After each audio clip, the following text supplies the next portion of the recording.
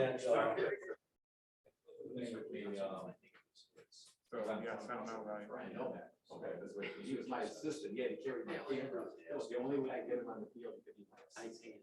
So, yeah, he carried my camera. I just can't believe the money that goes into these sports. No, I gotta say, we were there. How are you feeling? I'm fine, physically. No residuals? You don't know what it was, flu, COVID, you're not sure? Oh, no, oh, I had a cold. Okay, good. That was a cold. I guess that's not good, but it's better than the options Yeah. that are out there. All right. Good evening, everyone. It is now 6:30 and the Highland Town Council study session for September 20th, 2021 is now open for discussion. Looks like we're missing a couple of members of the council.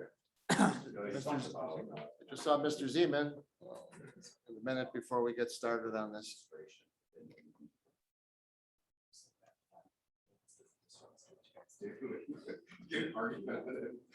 I don't have any indication any other councilman will not be here tonight, so maybe they're just tied up with traffic or a minute or two late. Or they don't want to listen to Tom Brown. I don't know, either one. It can't be that.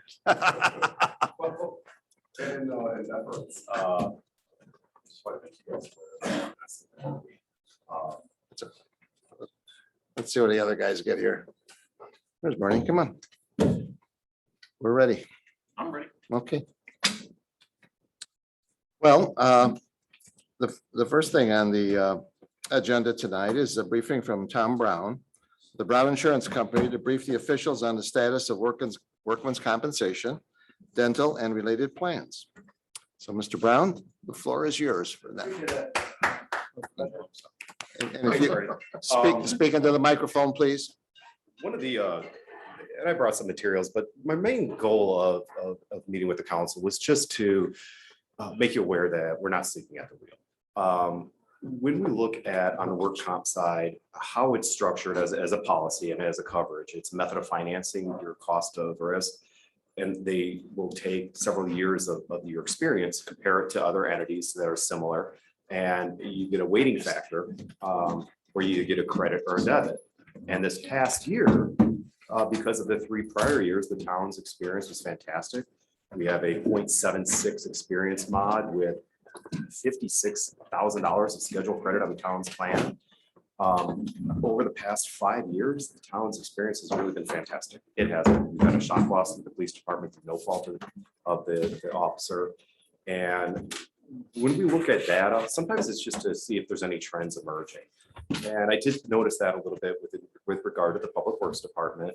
They've been relatively small claims, but a lot of ergonomics, which that department will have, and just some human error. So what I would typically do, as I've done with other entities, is I don't even present this necessarily to council, but I'll recompose to that department specific, which I've done for Mark, and I'm hoping to meet with him in the near future, just so we can go through what's happening in his department that was preceded him and current, and what resources are available through someone like IPEP, and let's leverage those to the extent we can. Some of these carriers have really invested in resources, IPEP in particular. They were always about in-person training. Through COVID, they haven't been able to do that. So they've reinvested in more digital online, where it may or may not be, aspects may or may not be relevant for a given department or time frame. I think that there's some out there that could be beneficial to the Public Works Department in particular. So we'll be meeting to go through that. On a trend perspective, we are having one of our best years ever, drop off $806 of claims with a year of $27,000 in claims jumping on. That is still really good. It'll probably affect the town's experience mod from 0.76 to maybe a 0.83 or a 0.84. So we'll have an uptick in cost, but we're still going to be trending pretty much flat premium wise for roughly a decade. Let me just stop and ask you a question, because you mentioned something about the training for the works. This training is something the insurance company provides? Yes. Okay.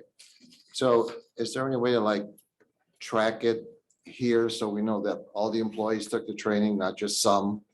Well, in part, some of the, yes, we can get that data to you once it's used. But it's not about necessarily trying to provide training for everybody, just have training, hold a seminar to have a seminar. Like within the department, you're gonna have different individuals during fall season, for example, slip and fall, what's going to be going on the ice, literally looking at shoe tread. Hey, have we invested in this? This is what could happen. And it's not worth it not to take precautions. So there's some that's going to be department related, but others is for the department head to know, hey, I got a few guys that, hey, that are new. We can get free OSHA 10 training. Let's do that. Or we have waterworks that has some continuing ed requirements. We can get some of that done for free for those individuals that need that. And where there's more broader based training, I really like the idea of either the safety committee or department head saying, this is what makes sense for us at this time. Let's Right. schedule that. Yeah. I'm just referencing because at my employer, we have to take safety training every year. We have to review it, sign off on it, that we've watched the videos and questions. So that's why I was asking. And they do have those, so they have some aggregate training and a lot of access to materials, and they also have individual training where we would provide a spreadsheet to get login access for the individuals. And that's the type of modules that I think may be beneficial. Just again, seasonal or topic specific, or get an injured employee. This is a great way to put somebody in front of a computer and fill their time up by getting some credentials and some background in that area. I was also going to talk about just briefly about dental. The town has trended, if I go back to 2008, when we took over from Guardian, the town's premium is a little in excess of $98,000. In 2020, we're at $99,000. And we've improved the benefit from original, but the benefit's been trending forward for quite a while at this point, which is 100% for preventative, 100% for basic, 60% for major services, and got 50% for orthodontia up to $1,500. And so with base dental benefit of $1,750 plus 50% matching reimbursement up to $1,500 for orthodontia, and how we've shifted some of the benefits into different tiers. Town's got a great dental program. Pricing has been trending really well, but we can't hold that line for much longer. I know that we had a 6% increase this past year, and we're still under new business pricing. I'm going to assume we'll have roughly a 6% increase next year. When we look at that overall trend, we're trending at less than 1% per year. And I'm trying to be conservative from a budgetary perspective. Town couldn't be doing better. And my goal is just to make you aware that the town is doing good, and learning that you maybe prefer a little bit of additional reporting. I can get that your way. But I really feel that my impact is when I see something or a trend, working with that particular department or department head and seeing what there's interest in. I know that we've already got, kind of deviating here a little bit, the safety grant program with IPEP. The town got $13,500 this past year. Really nice. We applied for it, received it.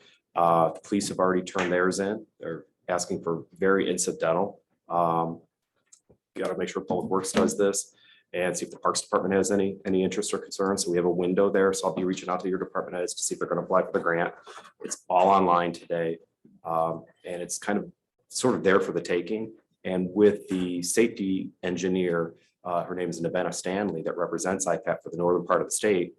She is 2 doors down from Mark. I know my neighbor, yeah. Very biased toward us and toward our community. So it's really important that, I let the department heads know, hey, it's not wasting your time. We have as good of odds as we possibly can. Somebody like her would love to be in person doing departmental training and everything. And that's really where training is good. It's just this whole mess with COVID. The bigger companies aren't allowing it. They're just not allowing their people out. To that tune, I have a national convention next week, and our carriers are giving us emails today. Nope, we've just been told we can't attend. Nope, we can't attend. So that is what it is. And I'm trying to fill in the gap with making them aware of what's there, and trying to then have them push Nabena, who's on our team and off our payroll, do what she can to make it easier for them, so that they don't have to be the guys who learn the platforms, learn what's there. The idea is take a skim, see what might be of interest, and then let us, backfill that for you. Isn't kind of medical insurance somewhat trending down the last couple of years in general? I mean, or at least the rate of increase has slowed. It's not. I categorically disagree. That's what we've been seeing in pricing, but clients' renewals are different than their expiring. So we're not matching, whether it's a you have $1,000 deductible in the private sector, and then you have a $1,500 deductible renewal at 6%. Well, that's great. And if you go down the charts and you figure out where that renewal would have been, it would be a double digit in most years. I did see as part of the town packet today where your costs are. It's terrible. I don't know how organizations are going to be able to fund this over, a more extended period of time. Medical is purely a cost of, and one of the, ideally, when you look at the pool sizes that are out there, say United Healthcare. So we're going to go off in a pool, IAC, because we have more members and we're going to have buying power. Well, a company like Anthem, Blue Cross Blue Shield, United Healthcare, their pool is 2 million, 3 million. And really where we're finding savings is you got an overall somewhat healthier demographic. You go into like a level funded plan, which is similar to partial self-insurance without any net downside, but you can capture some of the upside. And, identifying within, when you got a lot of data, you can start learning at, where's our utilization? We have too heavy of ER use. Okay, how do we steer that behavior? Or, we're paying a lot for lab and x-ray under our deductible, and should that go to co-insurance? So you can take your group's experience and what their general activities are, find out what they are using too much of or not using that's costing you, and adjust plan designs. That's what we're seeing that's having more of an impact other than just accepting that renewal increase. Having a little skin in the game does make a difference, but at the same time, if I'm an employer, I want to be really careful that I'm not asking people to not spend a few dollars on something that's preventative, ultimately to have a bigger issue blow up because they weren't aware. I think that the number one thing that an employer can do is a health risk assessment. And I don't mean somebody filling out a form about how many times they drink or what have you, but getting a blood profile. And I've used Bernie Zeman as my example for many times over some years, where picture of health, running every day, some chest pains, and only to find out, cholesterol levels super high and the danger. And by just being aware, you could change your diet without even medicating and live a long, healthy life. But he doesn't. Yeah, Bernie's a pretty healthy He guy. did for a while. But that's where you could avoid these shock losses that are going to drive your costs. Because for the most part, when you're above 100 lives with in an insurance plan, you get a lot of data and you can see what's going on there. And if you can avoid that 1 or 2 shock losses, and you never know that you've avoided it, but that employee that's empowered with this information because of a blood profile, it could be a wake up. And I've used myself as my example, where about 2 years ago, I thought I was a picture of health and I went to get life insurance and I was table rated 8. So you go from super preferred to preferred, standard, substandard, 8. I was 16, really, really bad. And I was shocked, passed on my life insurance, started drinking a lot more water, got my blood profile done, took some vitamins, went back, preferred 6 months later. Just from my knowledge of being aware that, wow, honestly, I wasn't drinking enough water. That's the number one thing that was making me very unhealthy. Well, But Tom, I don't want to disagree with you because I know very little about insurance, especially health insurance. But Michael, I thought AIM came back and said our rates were very good. What Tom wouldn't be aware of from the data that was in your packet is that they gave you a premium holiday for this year. So it was like a 9% reduction for the year at those premium levels. And I think I've shared with 2 of you that we're going to have a 6.2% reduction for next year in our gross premiums because things are going so well. And to Tom's point, he's absolutely correct about biometric screening. It's now a condition of our plan. Tomorrow, as a matter of fact, we've scheduled it. The second or third year in a row, there'll be biometric screenings to get integrated. The data goes back to the workers so they can see that information that they need from blood runs. In addition, it gets put into the pool to help us be able to figure out where utilizations are. Some of you have had the experience where we have a meeting every year, mid-year, and then just before we're going to do renewals, where they go over all the data that Tom was talking about so that we can make our wellness program sort of target those kinds of things, whether it be diabetics needing to take their medicine, which is for some of our workers, that's an issue, or early indications of heart, some of the indications so that we can go back. The emphasis is on prevention. I'm not violating HIPAA when I tell you myself I get calls all the time from the nurse practitioner to make sure that I'm taking my medicine for asthma and that I'm doing a puff. Then they ask me how I feel about the doctor I'm seeing. Do I feel like my regimen is making me feel better? So there is a lot of intervention in our plan. And we do get the benefit of the pool because the difference between us and the other market, we might in any given year may get a reduction from that. But generally over the long term, given now we're going into our 11th year, we probably haven't had, our average increase over that period of time has not been greater than 4%, which is well below medical inflation and much more manageable, even though in any given year, we might have had a significant increase.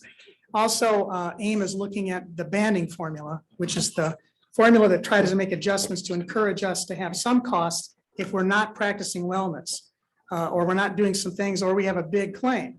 And as you know, the big claims get absorbed 60-40, so that 60% of that's absorbed by all the members and 40% is basically borne by us. So a lot of what Mr. Brown said is absolutely correct, and it's going on for us. So they did the premium holiday in part because they knew that we had good reserves and they wanted to deal with the banding formula, because we do feel like that we needed to take a look at some of the premium adjustments for places that were doing very, very well and still experience some increases that might have made us not competitive now. And our reserves are significant. So I guess I'm really amplifying what he says and saying that we are practicing it. If in fact we were getting 12 months of those premiums, they are high compared to some, but we only got 11 months in the one case. And again, they're going to drop to by 6.2% for 2022. You know, my feeling about healthcare is that it's really reversed. We provide healthcare when you get sick. Preventative healthcare is really much more important. When you get old, Medicare lets you go get a wellness check every year for free. It's not really detailed, so little this, little of that, a lot of questions. Okay, you feel good. If you're young, like this here, when is he ever sick? When does he ever go and say, what is the status of his health? And he may not know, just like you did. I'm sure you're nice and healthy, but I'm just saying it's possible. I go every year just for the record. Well, good for you. Well, Because but I I'm got just saying, kids, you know. there's a lot that don't, that Yeah. are younger and say, hey, well, what do I need insurance for? What do I need this? Yeah, I'd really like to see insurance companies invest more in preventative healthcare. I'm not sure if that's good for them. Maybe short term it is, but maybe in the long term, not enough people get sick and pay premiums and other things. But I've always thought, why do we always just have health insurance when we're sick? Why don't we have it when we feel good? Nobody knows what their body is like inside, you get aches, you get pains, you get a headache, you get this, and you say, it goes away the next day, but you don't know if that's just a symptom of something worse or different, or it's just something temporary. So, I would just like to see the whole kind of medical thing kind of just reverse more to preventative. In the long run, we would prevent actually a lot more sickness and death. Absolutely. And just, I couldn't say what you just shared and be more articulate. And I applaud the town for focusing on the biometric screening. I mean, it really is a big deal. But the other part is so much of our system, the way it's developed, is about treating the symptoms as opposed to the root causes. And we probably all have family examples and friends where over a period of time, you finally get down to that base cause, and all these medications that somebody's taking for the symptoms weren't appropriate. But it's become, I want to say, with so many people, Medicare, Medicaid, and in an urban area, your Medicaid in particular is well below the break-even cost. There's an incentive to just push people through multiple appointments. How are you doing? And visits that aren't really constructive, where somebody's sitting down and maybe you have to pay these physicians for their hour of doing an independent discussion and analysis to get down to some behaviors, have the individuals study what they're really feeling and give that internist level physician some feedback so that they could say, wow, you actually, all these symptoms are because of Crohn's disease, not because of your thyroid or whatever that issue may be. It shocks me to find when people have that real good relationship with their physician and the physician spends the time with them, that they get to the root cause and everything else clears up. It's not uncommon. See, the problem I have, Roger, is that I don't know how many times anybody's gone to the doctor and he says, I believe it's this, but he can't.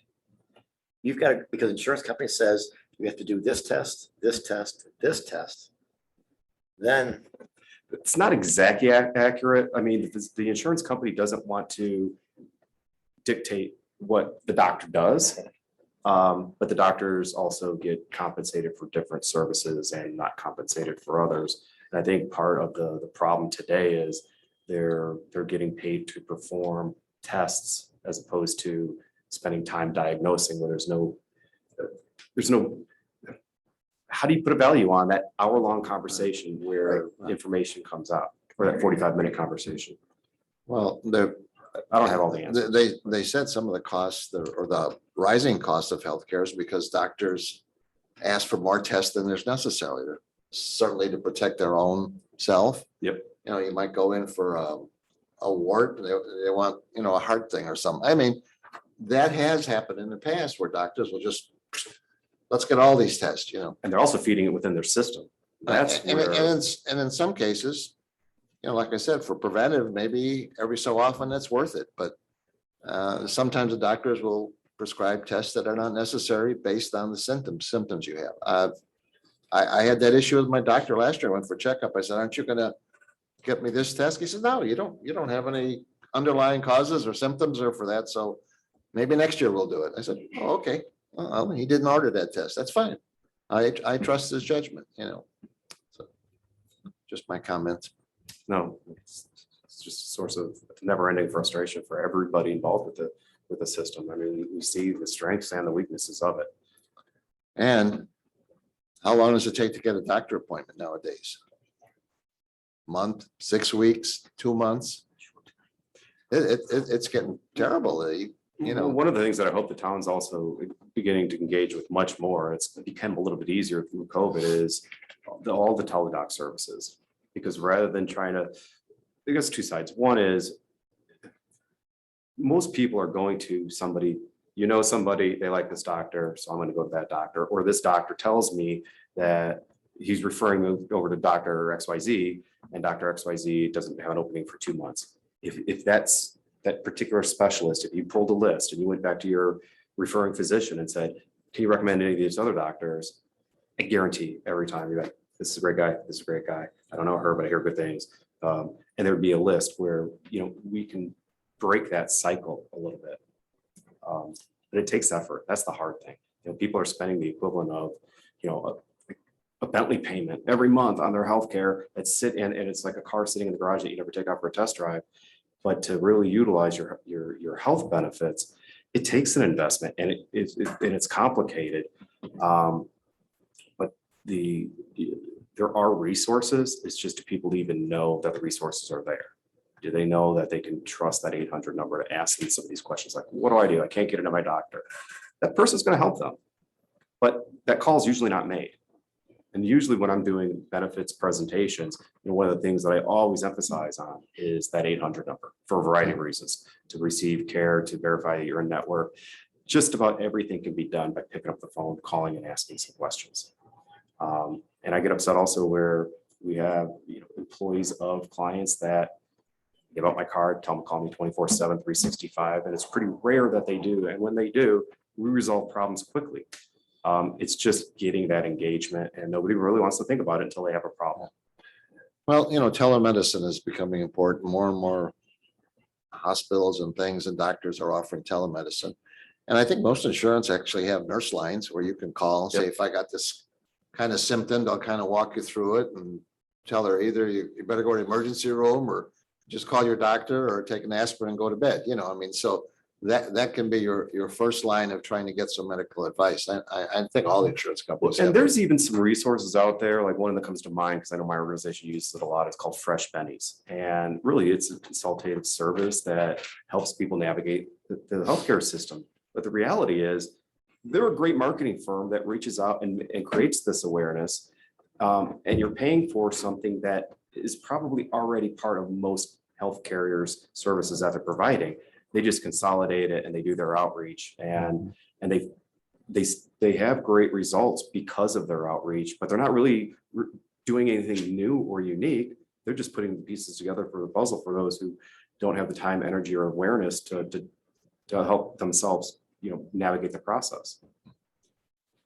I love hearing what Mr. Brown is saying. I feel like our plan is very affirmed by all the counsel he's giving. We have promoted telemedicine. It's an option. It's been available now for 2 years. And also in terms of wellness, like the plan he is our agent for dental, all preventative and all wellness visits don't require out of pocket for the participants in our plan. So that's an encouragement as well. And you have, historically, the councils have had the employee premium be designed around lowering it so that if they participate in wellness, one of which is the biometric exam that we provide for them here, and one other wellness event, and also providing the data to the central database, then they get a discount on there. So we've created an incentive in their pocket for them to participate as well. And we have almost a 97% in network participation rate. And some of that has to do with people being more and more familiar with the plan because it doesn't change too much except at the margins in the pharmacy. So people are utilizing the access online for the computer access and they're able to shop a little bit. I make a point to if I get a referral, to ask if that doctor is in our plan and if they get the high rating. My primary care doctor has got I forgot what the current nomenclature is, but for the person who gets the most savings in the plan. And I try to ask if some of the specialists just don't do it, but some are, but they're all in the plan. So, and I'm not sure that I'm typical because I'm a nerd about that stuff, but we do everything that Mr. Brown has said is reassuring to us because what he's suggesting are things that our plan has been developing, not always, but in recent years. And that'll help to keep their costs down, that's for sure. Gentlemen, any questions for Mr. Brown at all? Comments? So this is just for the dental and the workers' compensation, those type of plans. Yeah, and again, I don't know if you were in the room on the front end. I just want to make you gentlemen aware that we are looking at data behind the scenes where there's aspects that if there's some trends, try to bring them to the department head's attention in particular. A lot of it is too granular to spend your time on, but there's a lot of resources that are available that have recently become available with the change of use of technology. I just want to make sure that there's awareness so that if somebody knows, if I'm using the public works department again, that there's some change in regulation.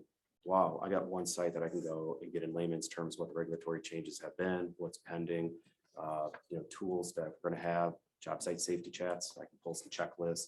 If I want some training because of heat exhaustion during the summer months, I can pick up the phone and call Tom. We'll arrange with Nevada to get somebody here to sit down with the guys and say, hey, look, this is really serious and it's not about your age. It's about this is what can happen. It's not worth it. So my question was going to be, and I appreciate your presentation. My question was going to be, so do you sell other lines of insurance like general liability and all that good stuff as well? Of course. Okay, so I know typically we get that stuff from Crowell, or at least we have historically.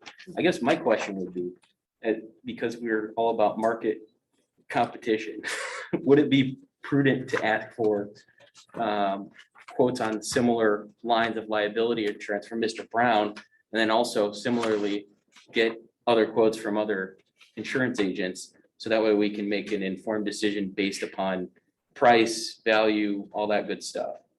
That's my only ask, because I figure he's selling multiple lines of insurance. Who knows, there might be some economies of scale if we get, it's kind of like when you buy a home and auto and bundle, right? Like you've seen savings, right? Like, I don't know if the town could benefit from something like that as well. I have no idea, but it'd be a question that I had for you. Is that something? That's actually, the municipal property and casualty, it's challenging because of politics and change of personnel and what have you. But that's probably the area that I'm most passionate about in my career.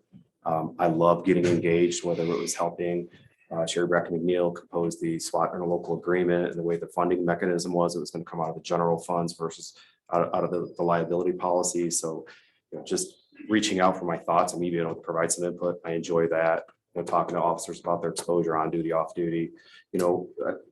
Part of it is marketing and placement of the insurance and positioning you guys so that when I'm talking about an opportunity with the market, I present it in a way that they look to me and say, all right, this sounds outstanding. What do we got to do to write this account? So I'm not really soliciting quotes. You kind of, you flip it.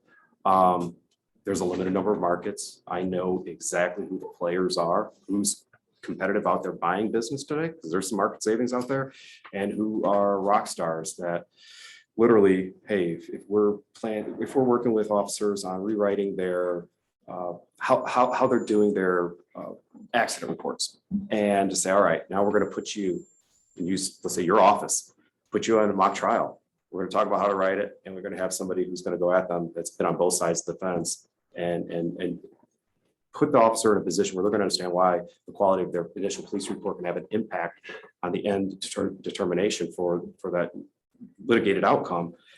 That resonates. And taking that extra step just beyond the marketing and placement, it's where I like to dig in. But there again, it's what's going on with that given public entity with various departments, where are their needs? And I just try to backfill those versus, pushing an agenda like, oh, look at all these features that we can do. So there are times where somebody should pay more to be with a given carrier for a period of time. And other times when they've got all their ducks in a row, let's go for the maximum cost savings. And it could be different for the exact same entity over a different time frame. And Mark, I'm interested. I think that's an excellent idea. I speak very highly of Bliss McKnight, who we currently have. Sure. I mean, it's excellent. But it's probably time we do look, because the last time we looked, Dan Vass was on the board.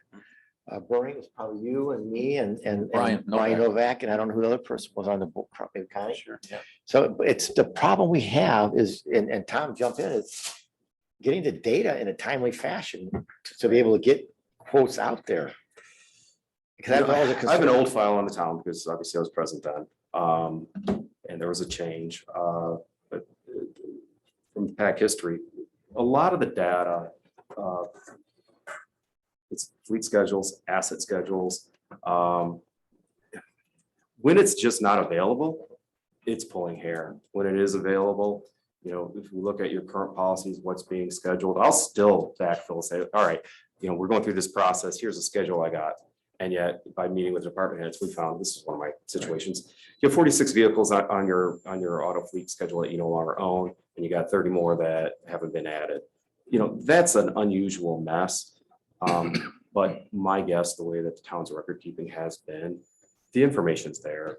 I know what the procedures are within the police department. I know some have been updated, but it comes down to the number of personnel, police dogs, what their policies and procedures are like for public officials. That's very straightforward. And then it comes into, what quality of a contract do you want to buy? Do you want to have a consent to settle clause or not? And that's where, hey, somebody's wronged me. I want to fight this tooth and nail versus, just a settlement. That drives a little cost. And as you go through the different lines of coverage, the other part is not trying to necessarily.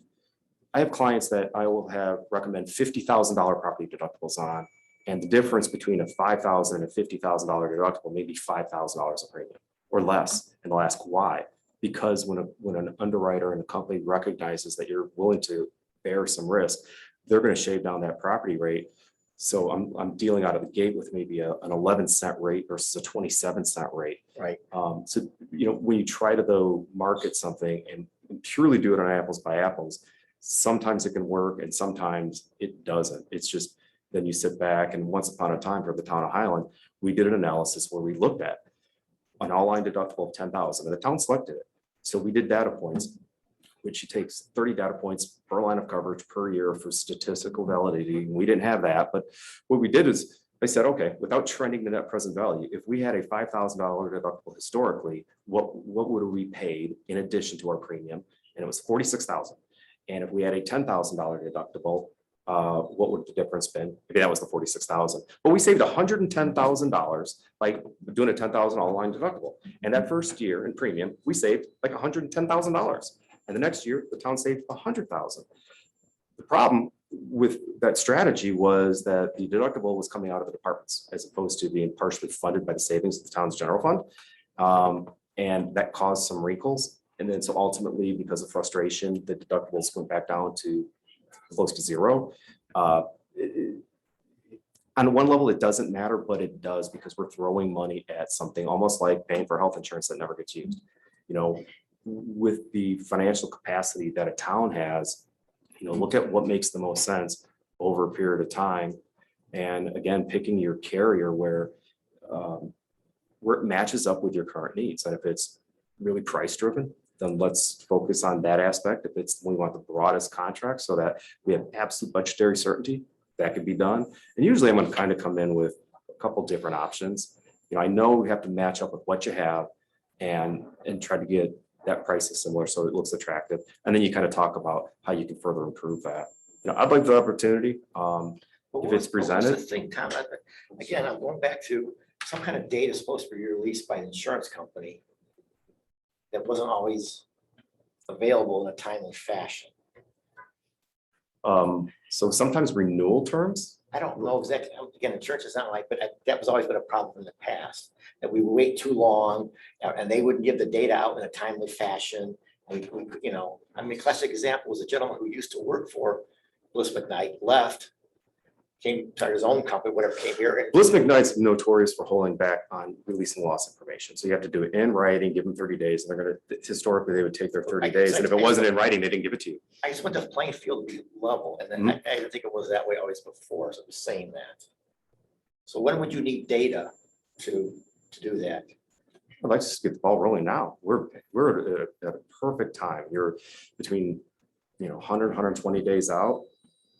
That's ideal because January 1, let's back up from that. You got Thanksgiving, holiday break in November, then there's a week or two of activity, and then you got the holidays.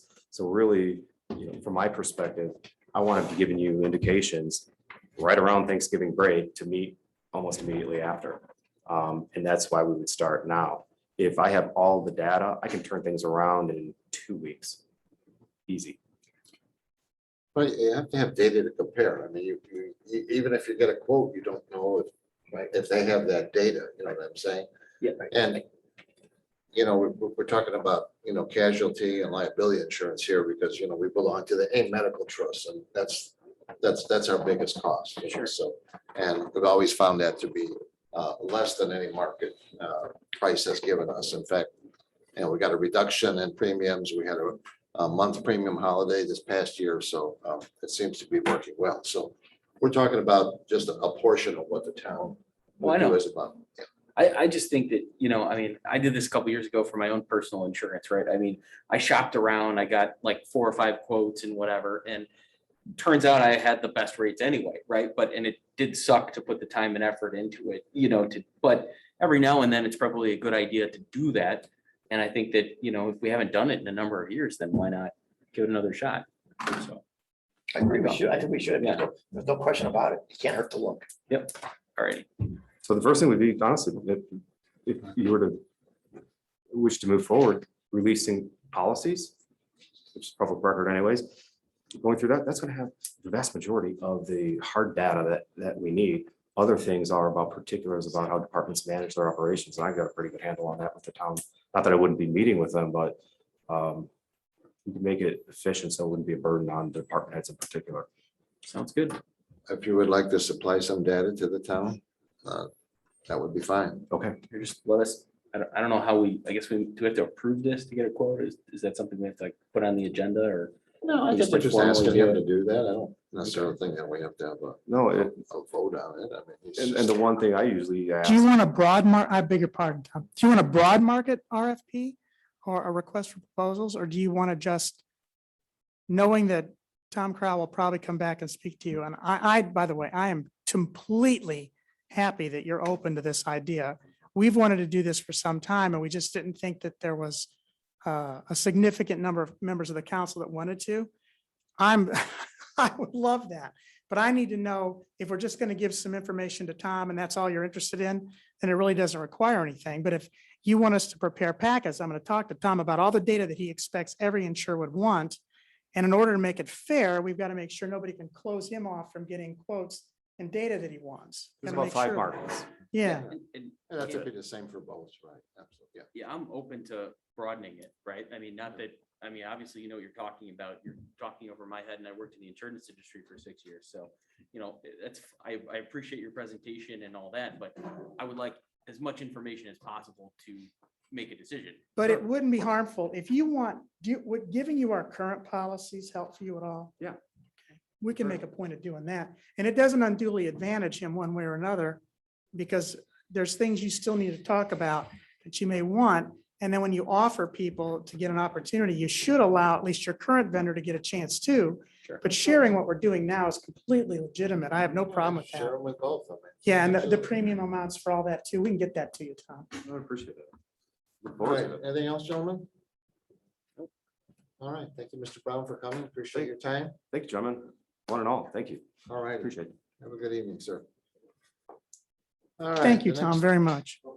Next item on the agenda, discussion position of information technology director and the desirable compensation. Gentlemen. I'd like to start, Roger. All right, go ahead. Be my guest.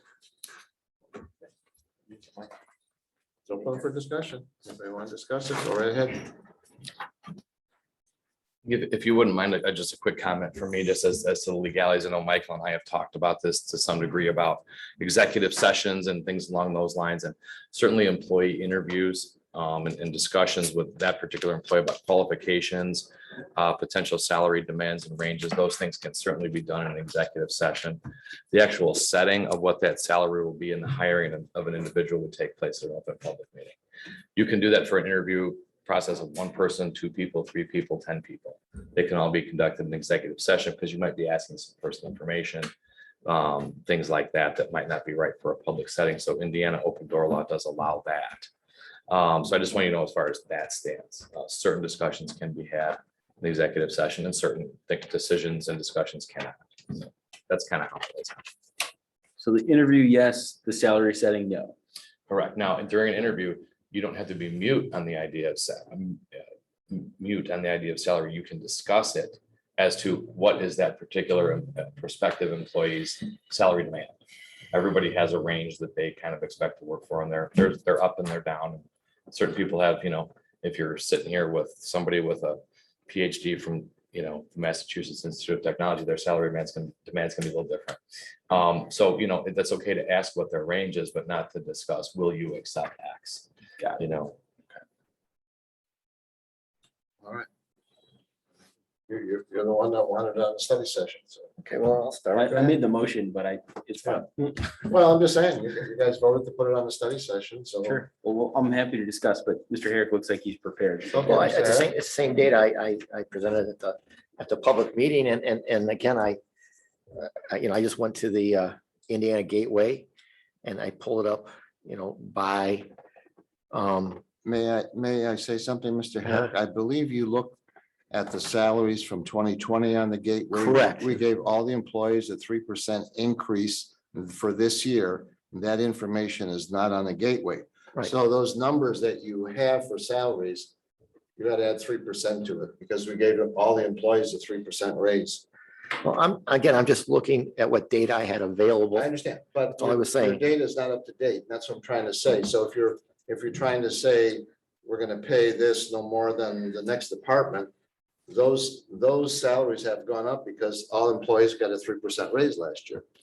Okay, so I went through it and on the gateway, and if there was any discrepancy, if they changed positions midway through, I didn't put that stuff down because I'm trying to be as accurate as I can.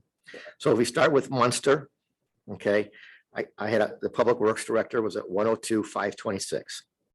Their data service person, now, someone told me they contracted out. That is contracted. Okay, is 84,190. The chief of police is 114,583. Fire chief is at 94,371. Clerk treasurer is at 104,994. And the town manager is at 128,725. I could not find an IT person in the name for Dyer. If it's somehow mixed in there, I didn't pick up on it. Okay. The Crown Point, it has the clerk treasurer of 85,163. The director of public works, 86,322. The fire chief is at 88,351. Police chief is at 86,085. The mayor makes 95,535, and information technology is 79,402.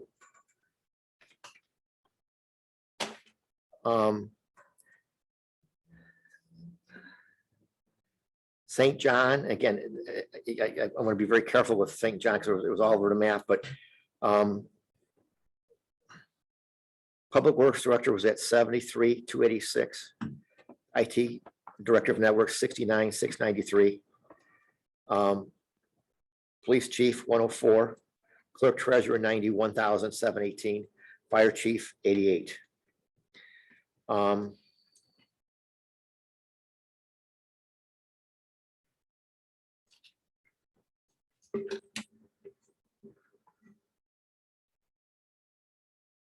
Griffith, we had here Public Works Directors at 75,353. Police Chief is at 95. I had Clerk Treasurer at 67 plus 1867, so I must have missed something there. Billing Inspector 62. The police and IT is 63,336. So And the last one I want to read those because again, I mentioned the last time was Cherville. Cherville was the one that had anomaly in the sense that the clerk treasurer was at 84,518. Town manager was 105,035. The public works director was at 91,877. And IT, it was at 91,517, which was up there. So I asked Tom Schmidt why the IT position was so much higher. And he reminded me to tell me that, remember, Cherville and Cedar Lake are not in the E911. And that person for Cherville does it for both. He does it for both Cherville and Cedar Lake. And he handles the IT and also the E911. So, but in every other towns, and the fact is that the IT person does not make more than your department heads. It's just there's a range there, and it's. let me ask you a question. Yeah. It's a big construction building going. Uh-huh. Okay. Got carpenters, electricians, you got plumbers, you got iron workers, whatever. So typically the carpenters are the highest paid. Oh, okay, I guess. Oh, they are. I'm just- Really? just- I I think thought iron iron workers workers, make but a lot okay. more money. Well, I don't know, maybe it's not. Okay, well, whatever. Electricians. From what I saw, it was based on something I looked up, it said electricians were the highest paid. Okay. And that could be by region or different. So what I'm trying to say, they're all building a building. So do you think the plumber who's only making $32 an hour should make the same much as the carpenter? I mean, so your analogy about whatever department heads are making, it makes no sense at all. In business, it makes no sense. They all have different responsibilities, different things they do, different backgrounds, different degrees in certain things. So because you say, well, they should all make the same, I mean, that sounds pretty socialistic to me. I'm not saying, Whatever. I'm But not saying anyway, I'm so, not saying they should all be made the same. I'm not saying that. well, but What I was trying to show was the fact is that in other the towns, except for Cherville, all the department heads make considerably more than the IT person does because they have budget responsibilities. They have people reporting to them, et cetera. There's reasons why. you do not know specifically what those IT people do you? Do you know if they're gonna do IDEX and the police? Do you know if they're gonna do Yes, I do that. They're gonna do alarms? Are they gonna do the other Yes, things? yes. Are they gonna do the town and both? So what's the comparison? Just a salary number doesn't tell me what they're actually going to do. So at this particular point, I'd like to ask our candidate here to step up and talk a little bit about what he would do, what it's involved. You're And, gonna reveal who it is then. Okay, can't miss it, can you? We've been keeping his name secret. Nothing's a secret. There's no need to keep it secret. I've let people in where I work now know this. Okay. They know. You don't have to text them, Mark, because I I already know haven't. you've texted them. I have not.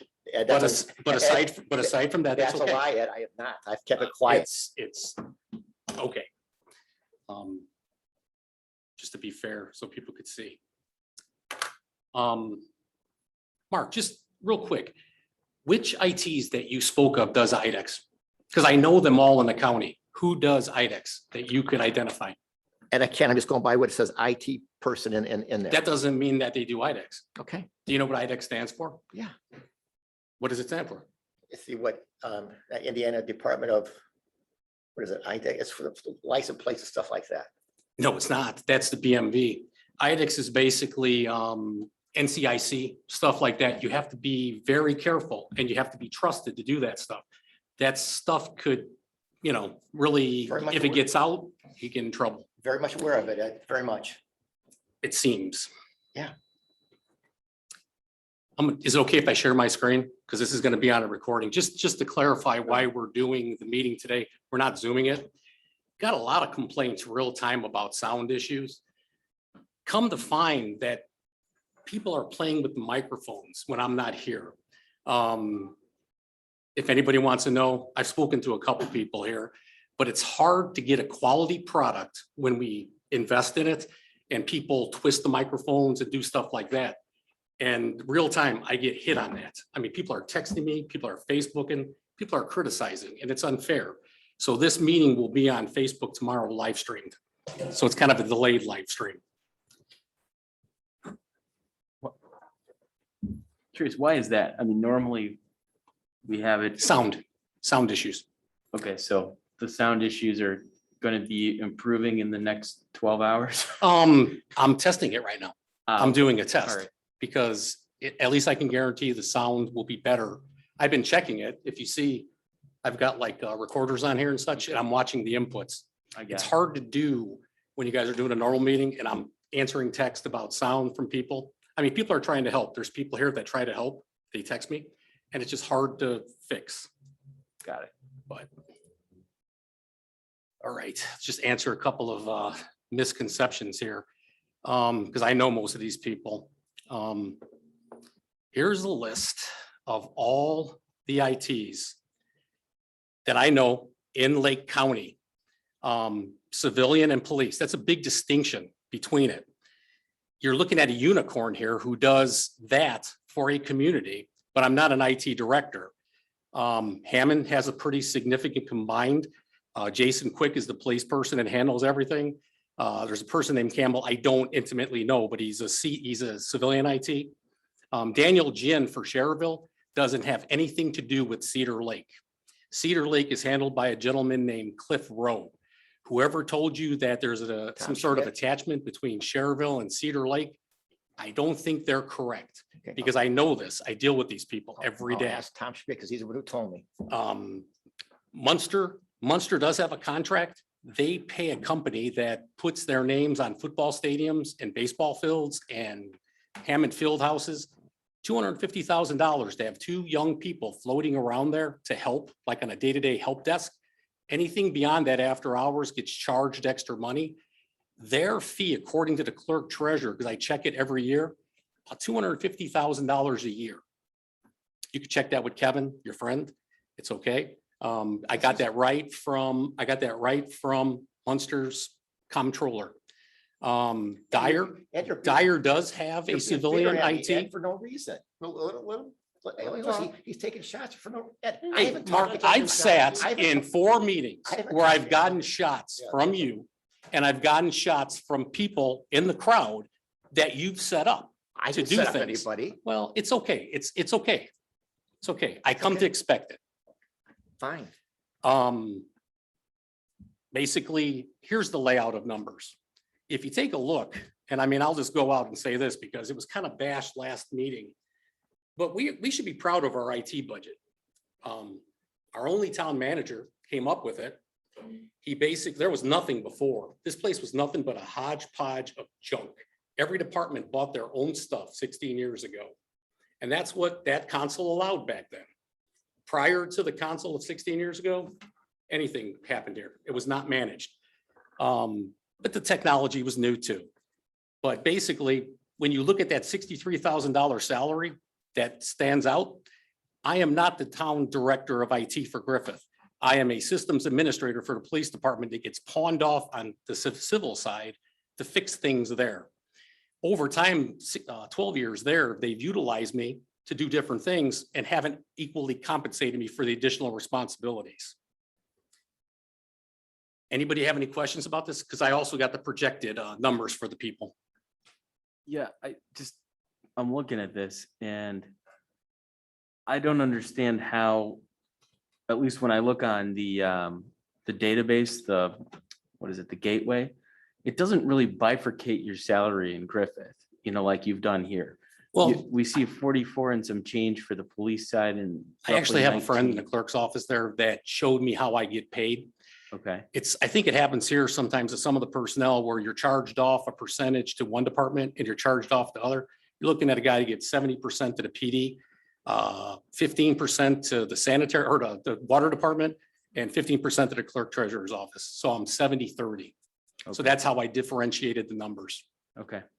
And so I'm curious, assuming that we combine the position here that we sort of talked about, I'm wondering, is this too much for one person, right? Because it seems like every other community except Griffith has two people, one for the PD side and one for the civil side. I don't think they're working them enough. I've been doing this for 12 years for Griffith and I can handle both sides. Because it seems like you're spending 70% of your time on the PD side. So that's why I'm concerned. That's just an allocation number. That's just how it was through history. Because they didn't have a mechanism. When I joined there, they had a deputy clerk doing the IT for the civil side. And there was some issues politically with that. And basically, as it turns out, they wanted me to combine everything. Little did I know back when I hired in that the combining and taking over stuff wasn't going to be met with compensation equal. Okay. They have a very good healthcare plan. I mean, I'll just be fair to them. It's $2 a month. So Right. it's a pretty good thing. Yeah, no, look, obviously you're providing a good value to them. So I'm not trying to disparage that. I'm merely suggesting that if we look at your numbers, that's the sort of one that is sticking out as compared to every other community, right? Yeah. Yours are much lower Yeah. in that data set. A more realistic one is me and Jerry, Jerry Kodecker. Just to give everybody a heads up on this, it isn't something I pursued. I mean, earlier this year or last year, I was awarded a 2-year contract by this council, a 4-to-1 vote. I was quite happy with that. Come around April, May, I heard rumblings that a person was going to retire again there because of some issues with insurance and moving out to Cedar Lake, personal decision. This isn't something I pushed for. But if I could continue elsewhere, just real fast, the one thing that I've been serving as is if you look on my first bit of my proposal, that's been almost the same for 13 years. I do function as your town director of information. I already do this. And based on what I've talked to lawyers, technically I am somewhat of a detached employee. I mean, you can make a case that I am already like an incumbent for this position, which I think a lot of you feel it makes sense to continue the process. I'm unsure what you mean by that. I mean, in my contract, one of the main things that are stated is I am the Town of Highlands Director of Information Technology. Now, I've been doing this for 16 years. If you go ahead and you are going to make this like, all you're doing is changing the flavor from contract to employee, you would think common sense would dictate that you would just take the person that you were happy with. And basically, let me just show you real quick. If you take a look, this is all the votes on me during the course of history of me being here with resolution numbers and such. 60 yeses, 4 nos. I mean, that's like Chicago Bulls 1997-ish kind of numbers. The only time people voted against me, you could see, is whenever I raised my rates. The person who's the staunchest person against me now is the person that brought me into the town back in 2003. I used to play softball. I was asked to sit in on a meeting for the police department on a CAD system, which we're using now based on my recommendation. So if I'm not a good fit, how come we're still using stuff that I recommended back when I started? Some of you guys recognize the names because you voted on me recently. Other people are no longer here. And one person who voted against me is gone, deceased, God rest his soul. He apologized to me after voting negative for me because he was misled to believe that I constantly raised my rates yearly. And in response, he found out later that I didn't get a raise in 5 years. He was misinformed by another fellow councilman.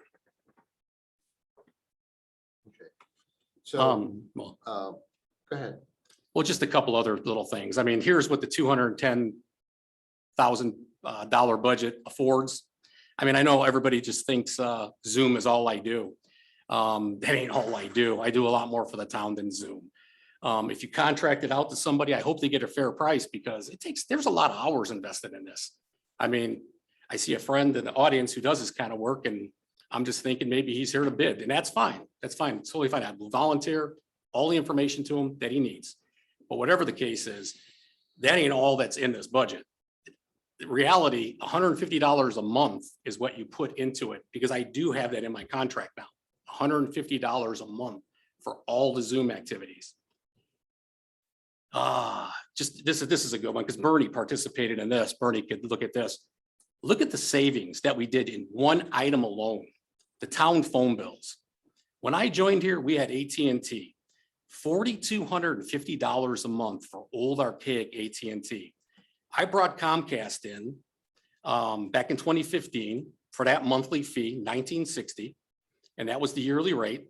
The police department didn't like the Comcast lines, and we worked with them on that, and they got Windstream, and that was the total cost, $31,920. There was a substantial savings. One of the things that we recently did back in 2018, and Bernie was a proponent of this. He didn't really know it, but he believed in me when he was my liaison. We went to a new SIP type program that we built. Look at the savings that were afforded yearly and total. That pays a salary. It's just something that's never been spoken, never been looked at, never cared about. But that's what a responsible IT person, a director or whatever will bring you. Can you tell us what is SIP trunking? I mean, in English. It's just internet-based trunking, synchronous internet protocol, something like that. The end of the day is they're SIP providers. We get a minute for every like a cent and a half, I think, or 2 cents. Griffith has a similar plan. They're paying like 10 cents a minute. Their bills are substantially higher. They didn't want to put the system in that I was giving them. They went to another provider and they're paying higher rates, but better than AT&T because we have outstanding bills with AT&T there. But that's for another matter. So, but no, I'm still curious. So what it like on a, you obviously know what you're talking about. I don't in this regard. So I really have no idea what it even is. It's basically VoIP. Okay, voice over internet protocol. Yes. I mean, it gets away from the analog lines. Everybody's going to it now. They're Got it. forcing you now on some places. I mean, they're tearing up the whole area with AT&T fiber now. Okay. But And what is Windstream then? Windstream is another provider of dial-up services. We're switching. The police department did switch to a new provider. Windstream was starting to go up a little more, but then the provider that sold them Windstream has another plan now. It wouldn't have been beneficial for us because we're getting the whole town for $325 minus the PD. The PD is gonna be getting it for about $620 a month. So there's gonna be a savings. They're going to VoIP. Okay. Windstream wasn't necessarily VoIP. Now they're going to VoIP, so they'll be on VoIP there. If we would have cut over, our bill would have been like combined for the whole town about $1,700. So it wouldn't have been a gain for us. Okay. So it's like a landline service essentially. It's for the desk phones, but it's never been acted upon, but the system does support using your cell phones. It seems like most of the people in the town that utilizes the phones don't want to utilize that feature. It's available too for cell phones. So It gets like to be more problematic because if you don't turn it off right, you get hit with work calls at home and such. right. So basically it's an extension of your work line onto your personal cell phone. Yes. Got it. It's our wide area network. We weren't connected. If you weren't in this building, it was difficult for you to come in and access the central computer for a governmental financial function. Ed facilitated that. And we got away from the landlines that we were buying, specialty lines. Forgot what the brand was. It was a marketing brand. That's it, Centrex. To this, the reason the police needed something separate is Comcast has a business product that for business purposes is very reliable. But you can't have any downtime if it's a public safety line. People need to be able to call in. It's gotta work. It can't not work. And so we needed to have an alternative that allowed for landlines for that level of reliability, because that function can't have you saying, well, our internet will be up in just a minute. Yeah. You need that answer. So that's why it's designed along those lines. And the voice over internet protocol is really good. Sure. So, No, I appreciate it. I'm sorry, it's a place of ignorance that I don't understand. No, what no, this is. it's, everybody has specialties. I mean, this is what I do. This is where I delve, and that's the people I mix with. I mean, this was brought to me by a person that's a friend, and it was something that was definitely worth working into. And like I said, Bernie was my liaison at the time, and he was open to it. There was an investment of about $9,000. We had to buy equipment, but beyond the equipment, it's totally paid for itself. And this is what I bring. I renegotiate the Comcast contracts every 3 years. We get savings, faster speed or savings. It's what someone in this position would do. It just isn't Zoom or video conferencing. Just a quick little thing, just to wrap it up really quick, because this has been long. If this is the average salary in Indiana of a professional director of IT, one common thing that seems to be in all these meetings where I couldn't speak, there was like a feeling that there was something under the table going on with this. I've spoken to everybody here except one person, and it was one person that I knew would never, ever be supportive of me in one way or another. Not anything in a group, but I see people by happenstance. I'm out and about. People ask me, people know my number, people ask questions. This isn't something that was like in some sort of clandestine meeting. The only thing that was asked at one time was what I'd be willing to work for. I asked for a very high number that was actually higher than this. And then I recanted back to a lower number. But that's what the average person, if you look at the top earners, pretty significant. If you look at the bottom earners, it's still even significant. We might not manage people, but we manage the equipment that your people use. And when that equipment don't work, your people are pretty useless. If a police officer doesn't have a MTD working in the car, it gets fixed. I've never hesitated for here or there to come in at night to have people knock on my door at 3 o'clock in the morning to get a Comcast line going. So basically, character aside, I do put in 150%. Just real fast. The other thing that kind of was misrepresented at the last meeting. Who's the one from Crown Point? Crown Point Yes. was Mr. Draper, who's also now their park director. He does both double duty. Draper.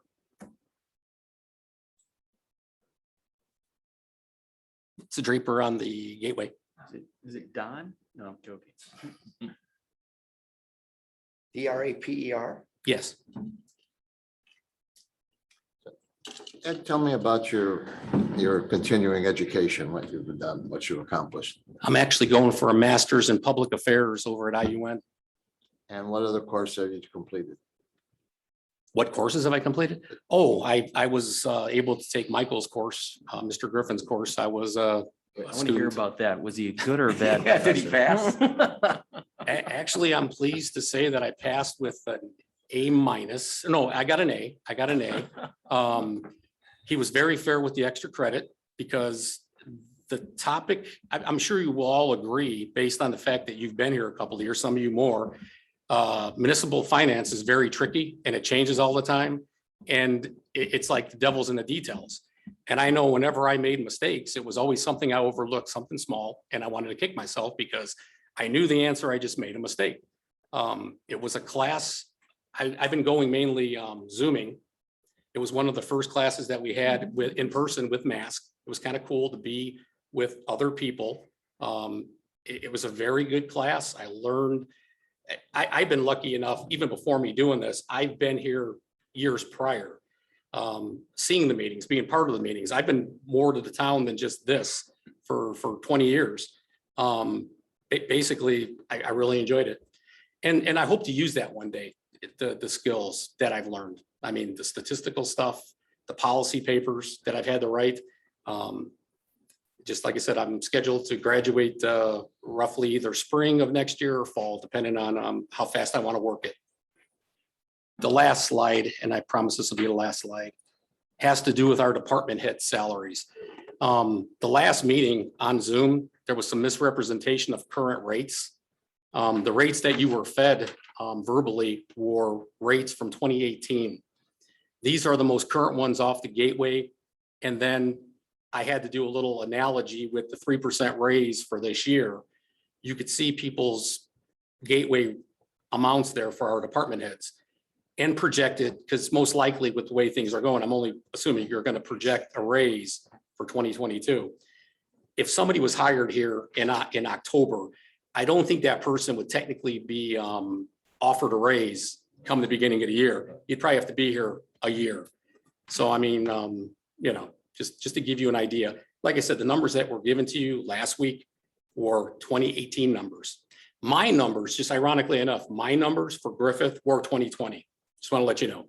But Highland's numbers were 2018 by some chance. Quick question, what is the percentage increase and decrease under each of the 2020 numbers? That was the raises.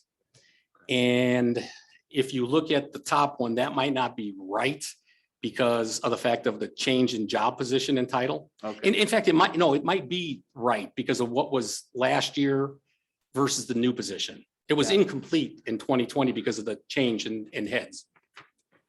Interesting. If you look at the other ones, those are pretty close.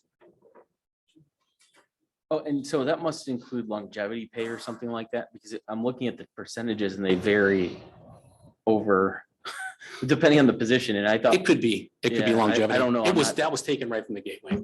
Okay. My numbers did not include longevity.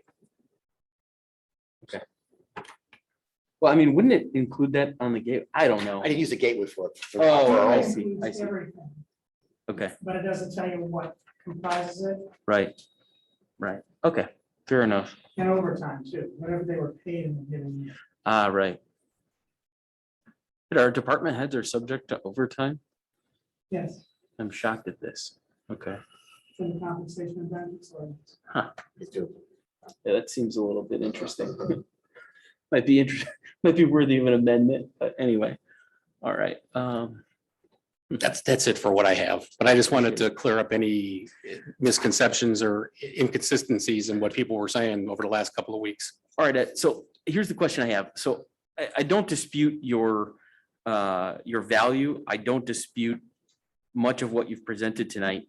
I do have a couple of questions, I guess. So when I typed in, I just used my friend Google, all right? And because I know nothing about information technology salaries. I noticed that you used the term Director of Information Technology when you looked up those salaries, right? So you had the high earners of what 150 and the low bottom quartile at 100. And then everyone else is in the middle. When I type in IT, average IT salary, okay, and that presumably is just a regular, I don't know, college graduate or whatever that gets out of college and he works for an IT company like any IT company. That salary range is substantially lower. It goes from like 62 to 88. Okay. Now, I guess my presumption is that Director of Information Technology has some term of art and a meaning that I'm not familiar with versus regular IT salary. Can you explain to me? I presume that you're looking at you being the Director of Information Technology. What is the significance of that term of art versus if I were just to type in IT salary that gave me the 62 to 88 range? Basically, I'll just continue to do what I've been doing for a long time. I'm sure there would be no argument here from anybody that I've been directing the IT forward over the years. I mean, as I told you, when I started here, I mean, my first assignment here was an unpaid assignment to sit in a police meeting where I was asked to evaluate a CAD system.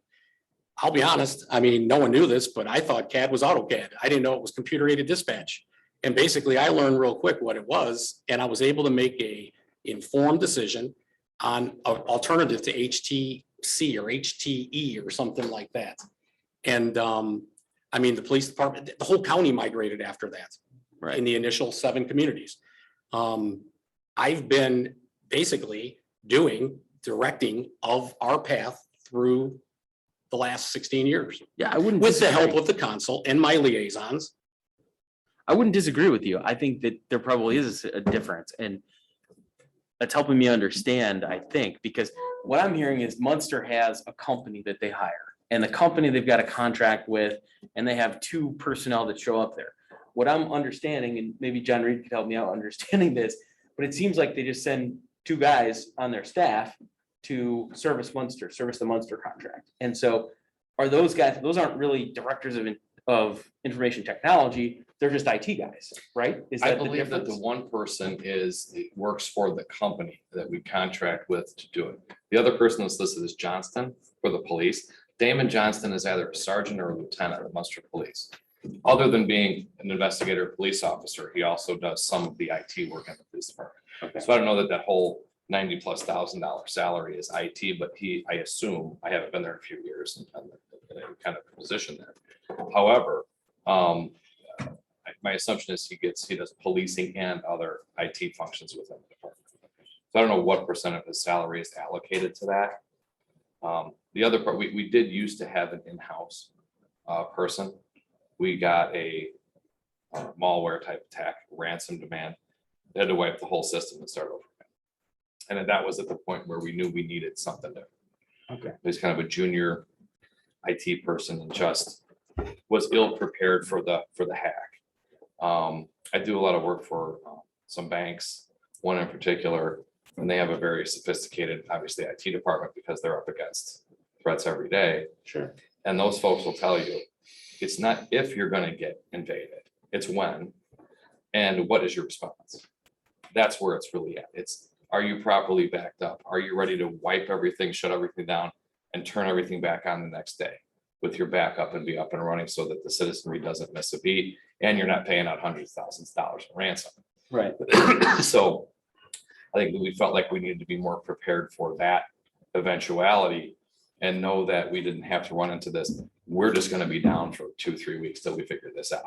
That wasn't a very good solution. People couldn't pay their bills online. People couldn't. Right. People can get their emails.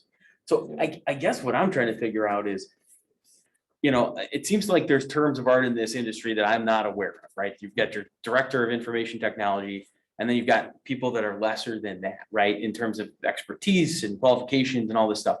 I mean, if it's the medical field, right, you've got the doctor at the top of the food chain, and then you've got maybe a nurse practitioner under that, and maybe a physician's assistant, maybe a nurse, and maybe, a LPN and all that stuff. And there's like clear rankings. I have no idea what the rankings are in information technology, right? Okay, may I just comment? Sure. Sure. Okay. We have an IT person. Where I work, we have plenty of IT people. I got a problem with something, I call them up. Try this, try this, try this, try this. Okay, don't work. Then I got to put the next level on next level. Those people that I talk to have nothing to do with budgets. They don't purchase anything. They don't direct anything. They don't suggest anything. They don't install software, look for ways to do cheaper things. So it's no different than any department we have and just somebody underneath them as a worker. They don't handle the scheduling, all the other stuff that a manager person would do, or IT director, rather than just an IT person.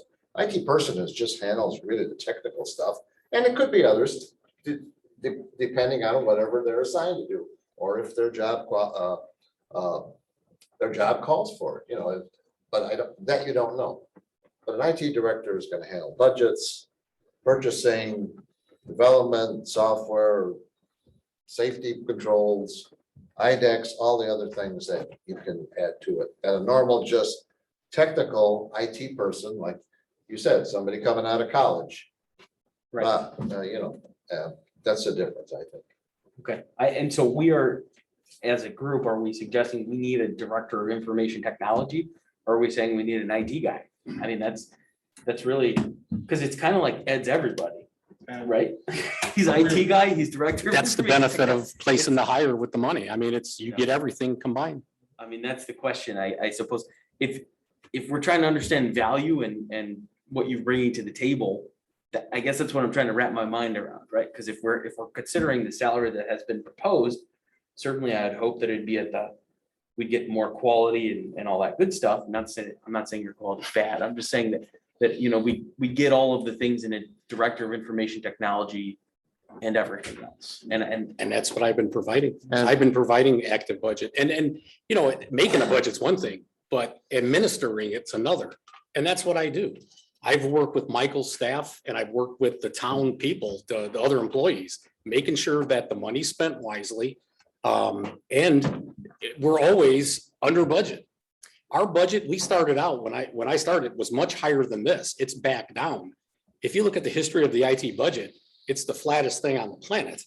I mean, it doesn't grow, it doesn't do nothing, but our services have increased tenfold. I mean, the money I've saved, it doesn't go back to the town. It gets purchased more stuff, more efficiencies. I will remind you that hiring Ed for this position saves the town over $20,000 having two separate IT people. I just want to make that clear. So Roger, what happens when Mr. Dabrowski or whoever it is gets a position, decides to go on vacation or takes off or gets sick? Or as in, we were told tonight, he wasn't gonna be here, or he's not gonna be here at the next meeting either. So what's gonna happen then, Roger? Well, I think Jerry Kodecker is going to be part-time. He's still working for the police department and he will supplement if needed be. So who's handling our next meeting next Monday night? Handling it? Uh-huh. Yeah, we have a meeting next Monday. I was told we weren't gonna have Zoom capabilities. I explained that earlier. We were having technical difficulties based on some equipment that I basically had to fix. Well, let's just clarify it. The term Zoom is kind of a generic term. I promised live streaming, and I've been handling live streaming from this group's swearing in. Zoom's a whole different thing, and that's something you guys have to work out. The ability and this is my personal opinion, the ability for people to sit there and to talk to you and to address you and not have the courtesy to open up their cameras and be here.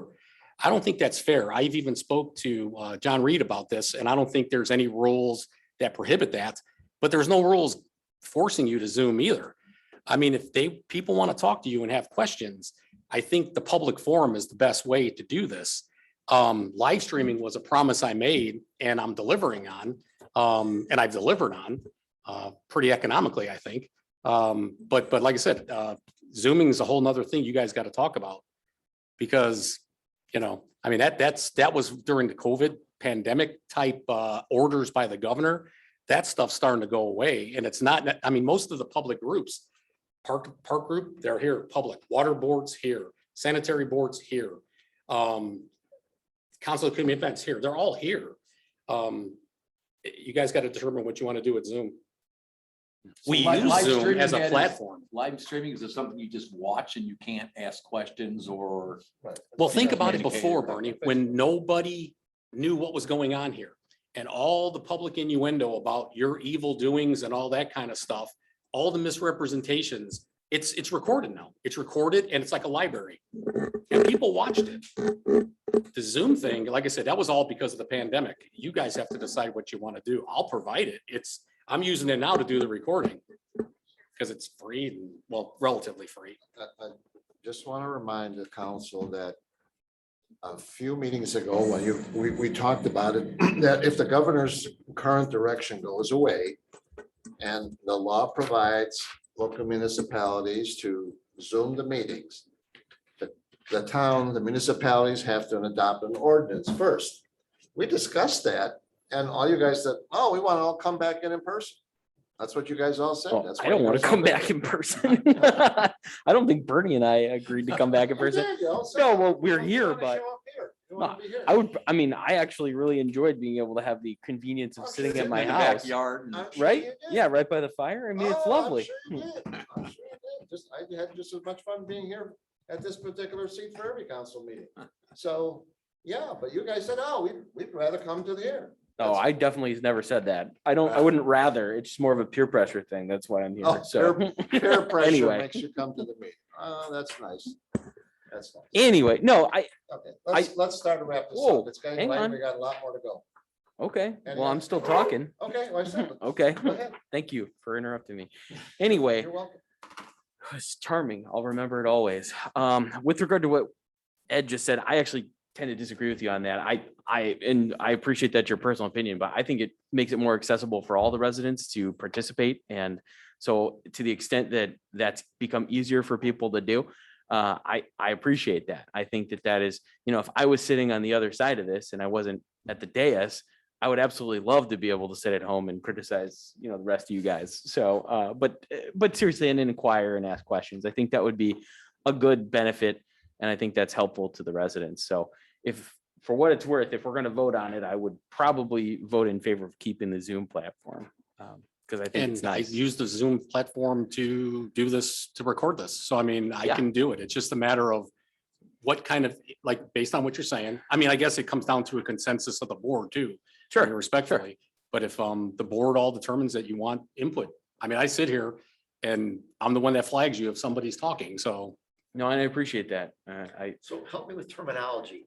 So after the last meeting, we were told we weren't gonna have something this meeting and the next meeting. What Yeah. was that?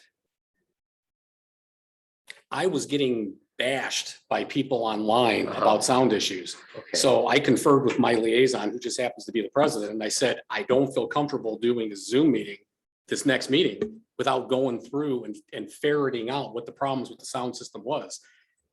This past Wednesday, I had a sound guy come in, the guy that we're getting the stuff from Lincoln Center, and basically he went through and found some bad components, that were evidently manhandled. Basically, right now, this is a sound check. This is a sound check I never get to do. I mean, when you guys come in, I'm usually here prior, like about 5:30, I set all this stuff up and I go around on each microphone and talk, but I can't really get a sound check. The band don't play for me. You guys are go, it's go time. So when I'm getting beat up on social media, or I'm getting beat up by Zoom comments, or people, like I said, trying to help me, but there's nothing I can do when a meeting starts. That's why the meeting was not going to be Zoom today. We were always gonna have live stream. Yeah, That's I mean, great. that's, That's live stream right now. it's going to be a delayed live stream. I wanted to make sure the sound quality, the sound's looking good. So So this is essentially being recorded and it's going to be uploaded tomorrow. yes, So yeah, to be honest with you, Ed, I got the distinct impression from last week when you came up to the dais and said you couldn't be here tonight and you can't be here the next week. I got the impression that you were dissatisfied with our delay on this issue. And so I was thinking, okay, great, we're gonna find a different vendor to live stream our stuff, right? Like that was the impression I got. If I'm wrong, please tell me. I'd be happy to I'll tell you recalculate. what, I mean, if but- you want to actively solicit quotes for this, I mean, I don't have a problem with that. I mean, I have a social life too. My favorite band of all time's playing at the Rosemont Theater right now. I had to forego that. It's a matter of, my daughter plays softball games I've missed. If you guys want to go on the open market and check that out and see what it would cost. I mean, like I said, there's a time consumption. I mean, I these get that. meetings. I get that. I just felt as though you were trying to leverage us and I didn't like that. No. If it was anything, it might have been just a feeling of frustration that I could not respond to the people that were talking negatively. And all of you basically have told me you felt bad for that. I mean, to some extent. Sure. Because like I said, it's kind of hard to sit here. I've had department heads say that to me. I mean, it's kind of tough to get, I'm not going to talk about my character or how righteous I am or nothing. I'm just like everybody else, but I try the hardest I can try. And I give, I've put people's Christmas decorations up. I've helped people with their family, get them back to nursing homes. I've done a lot of stuff on a personal nature based around stuff here that is all forgotten now. I don't know why. And I'll tell you what, I don't lose one wink of sleep. I just think about it during the day. But it's like, I don't know. I just, I try the best I am. And if I did come across that way, it wasn't meant that way. Fair enough. And I'm not here to question your character. I don't doubt that you give 150%.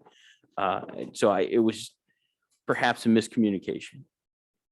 It was just at the moment, it was the heat of the moment. In fact, what happened was two people approached me after hours. One thing about my contract that I've never enacted was there is a after 6 o'clock clause that I could charge a higher rate. I was hit about some BSNA stuff after that. You know, we're moving stuff to building to BSNA, and there's some significant delays because of the personnel changes. That's affecting the whole BSNA thing.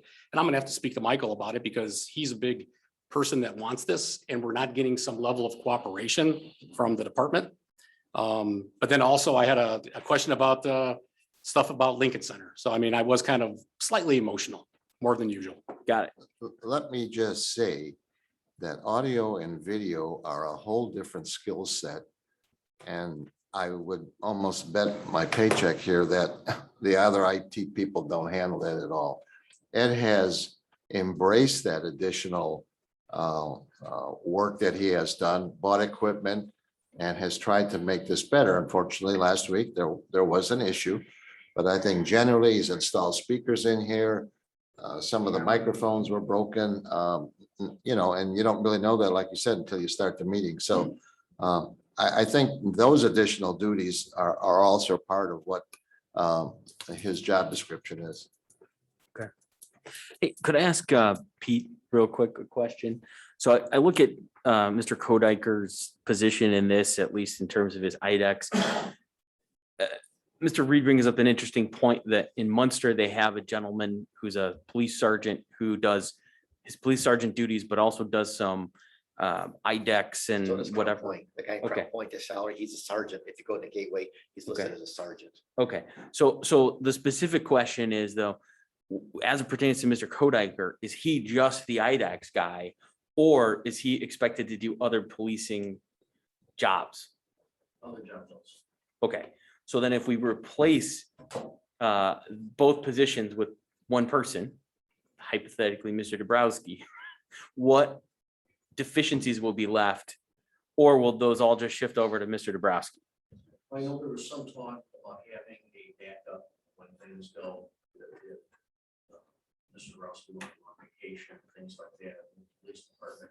The police department's gotta stay running. A lot of computers in cars, in offices and such.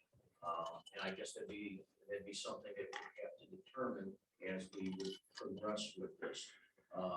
Is it feasible that one person be able to do the entire town? And Ed knows more his capabilities than I can say, so I really don't know what those are. By us, as he had indicated regarding IDEX and CIC and such, is very time sensitive. It's there's audits, regular audits, there's training involved, there's several facets of it also involved. So that have to be a decision, that have to be something to look at.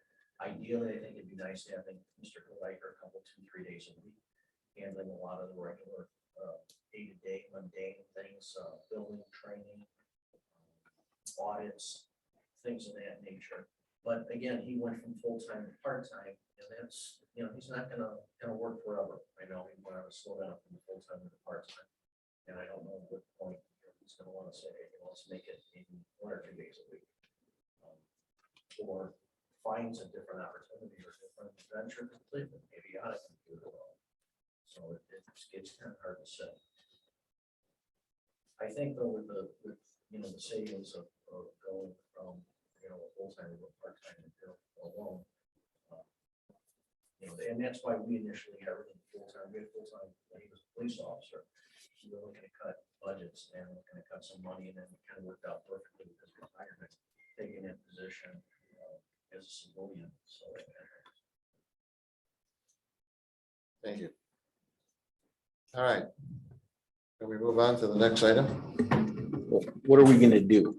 Did we come up to a consensus? I mean, we talked the hell out of it, but what are we gonna do? We can't take a vote here. I mean, your consensus is. I that, understand. my position. I think there's other people on the council that have set their position, and I think we'll put it up for a vote next Monday. Okay, well, I only bring it up because earlier, like whatever, May, when this originally became on our radar, we talked about potentially advertising. I think we kind of agreed that was some idea, and then nobody ever did anything. Only you and Mr. Herrick mentioned it. Nobody else mentioned it.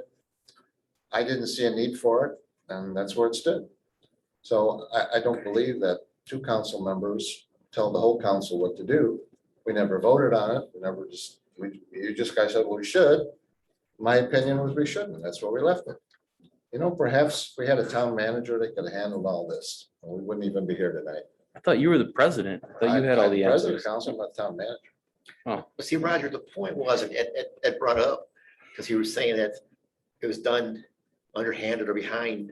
the What deal. underhanded or behind? What underhanded? Right behind? after we discussed it in May, What underhanded or behind? you took it upon yourself to do everything yourself. You Well, because you guys don't do nothing. You If I don't do some research or send you something, that's because you guys don't. Just to Well, state who's the record, doing I it? didn't say that we did it underhand. I said there was a feeling. by people. Whatever. No, there's a big difference there. Okay. I said that, I've discussed this with almost everybody on the board. I mean, there's nothing that's been underhanded. So you're mischaracterizing. Ed, and I'm not. So you gotta, you keep trying. It's on recording. Yeah, Yes, Ed, you did. what I'm pointing to Mr. Sheeman, okay, because the fact is But you're bringing me into it. because you just said what you said before, but the point was, what I'm trying to say is the fact, when we sat back in May, and Roger, you need to calm down, don't get your blood pressure up. Tom Brown's already left and we get those isometric, but the point being is we said, here's what we like to do. Nothing was even said, nothing, okay? Mr. Griffin put out that note, okay, and we said, Mr. Shockett, we like to go outside and advertise. Nothing was done. We get your scathing email that says, Mr. Broski has pulled his name from the hat. Okay, case closed. Done. Next thing we know, it's on the agenda. You didn't include any of us in it. You did it all by yourself. That's what we're trying to say. You want, What did I do by myself? Don't I have the right to approve the agenda as the council president? Isn't that something I do that's in town code? you have a right to approve it, but you don't have to, you don't have to approve it. And any of you can put anything on the agenda. Anybody asked me here to put something on the I- agenda and I but- said no. But you're missing Mr. the, Sheeman, I think that's his point, Yeah. is that you didn't seek consultation from anyone else. Right, before you exactly. voted in. I don't You know where didn't- it says I have to have consultation to put something on the agenda. but you didn't even Well, it's a discuss it courteous with thing to us, do, Mr. perhaps. Sheeman, you're trying to cloud the issue again. I'm not trying to cloud. You the didn't issue. discuss it with Why us. are you raking this poor gentleman through the coals? I'm raking you through the coals right Yeah, you now. can't rake me through the I coals. am, because No, it's, you it's, can't. it's a pattern, You got Mr. wrong numbers, you got wrong analysis. No. Let's face it, you never liked the guy, and so you're the one that's against it. Look- And you're the one that's really causing all this problem. I mean, For the record, I'm for Ed. I'm in Ed's camp. I'm just saying Okay, that I would like I don't I say- would like this to be like an above board process. what That's kind all of I'm above saying. board is it? The guy's worked here for 16 No, years. he's great. He's wonderful. And I- I've got no, What I've do got you no wanna qualms know with that. about the guy? What do you want to know about? There is no town code that says any job has to be outsourced. The only thing in town code says it must be posted for 5 days. There is nothing in town code says we have to go outside to find somebody to fill a position, nothing. And What again, happened Roger, I think what we're missing is, and it's not something under, I think what we're looking for is to be more included, more inclusive. What do you in the want? We've been decision-making. talking about this for months. So This is not something that just came up last week. Give me a break, We've guys. been talking about it We've and been we're talking doing this nothing. since June. And nothing has been done. nothing but that. Nothing's been done. Why? Because you guys, I've not stopped it at all. I think we had an agreement last week, Monday, and something happened, fell through, but you know what? It is what it is. I'm tired of it, honestly. I would love to move on. I Well, then absolutely let's would love to move move on. on. Absolutely. But we never talked about salary.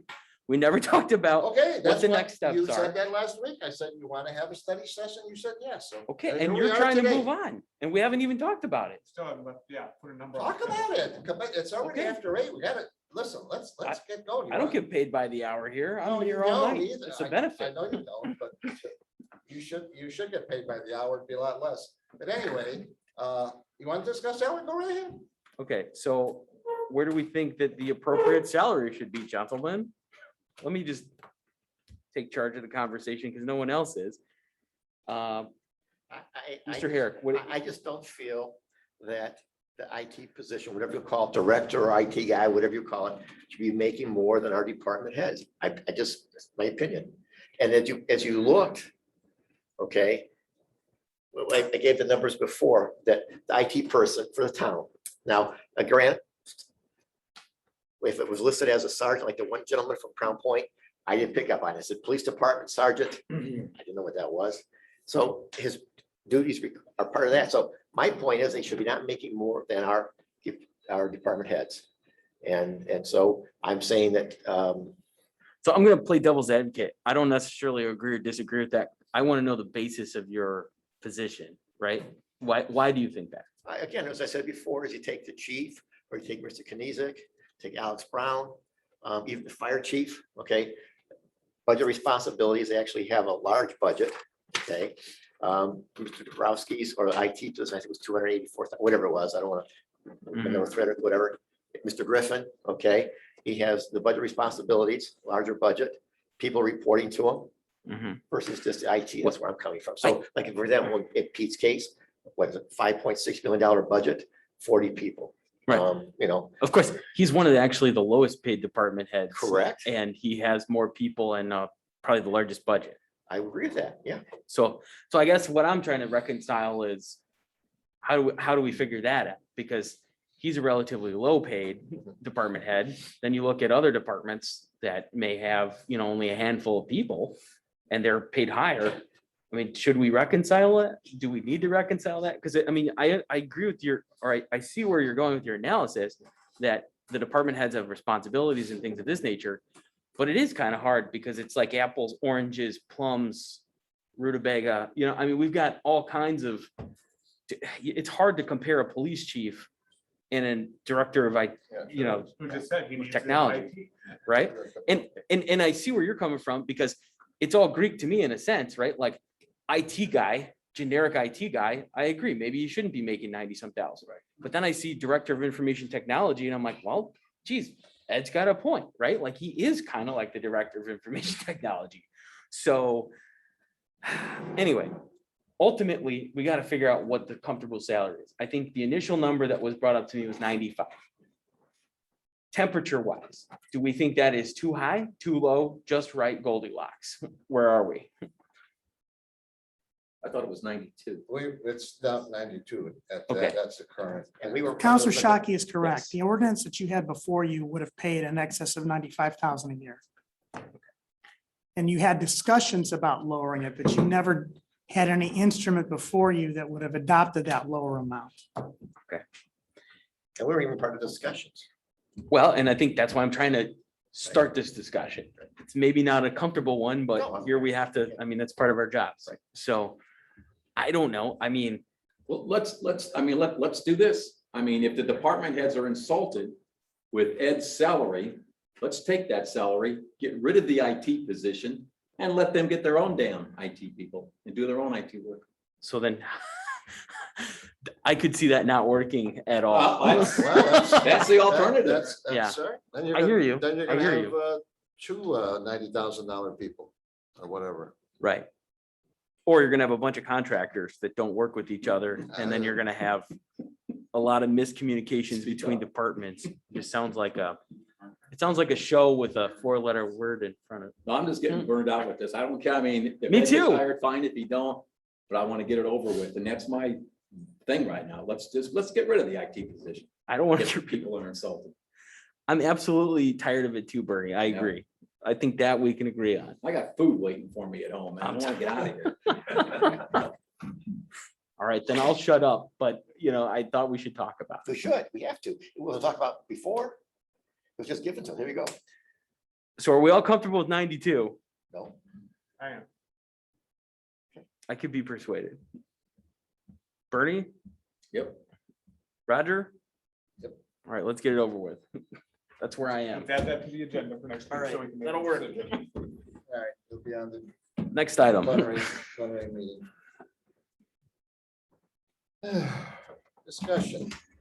Amending the compensation and benefits ordinance to have a standing provision that any worker who is on the PPO plan that converts to the high deductible plan will not pay group premiums in that first year. Reports showing benefits exceed costs are included. Mr. No. President, if I might, I'd like to Yes. ask the council if they want to relabel this item as insurance seminar number 2. Good evening. Chief Timmer and the various chiefs.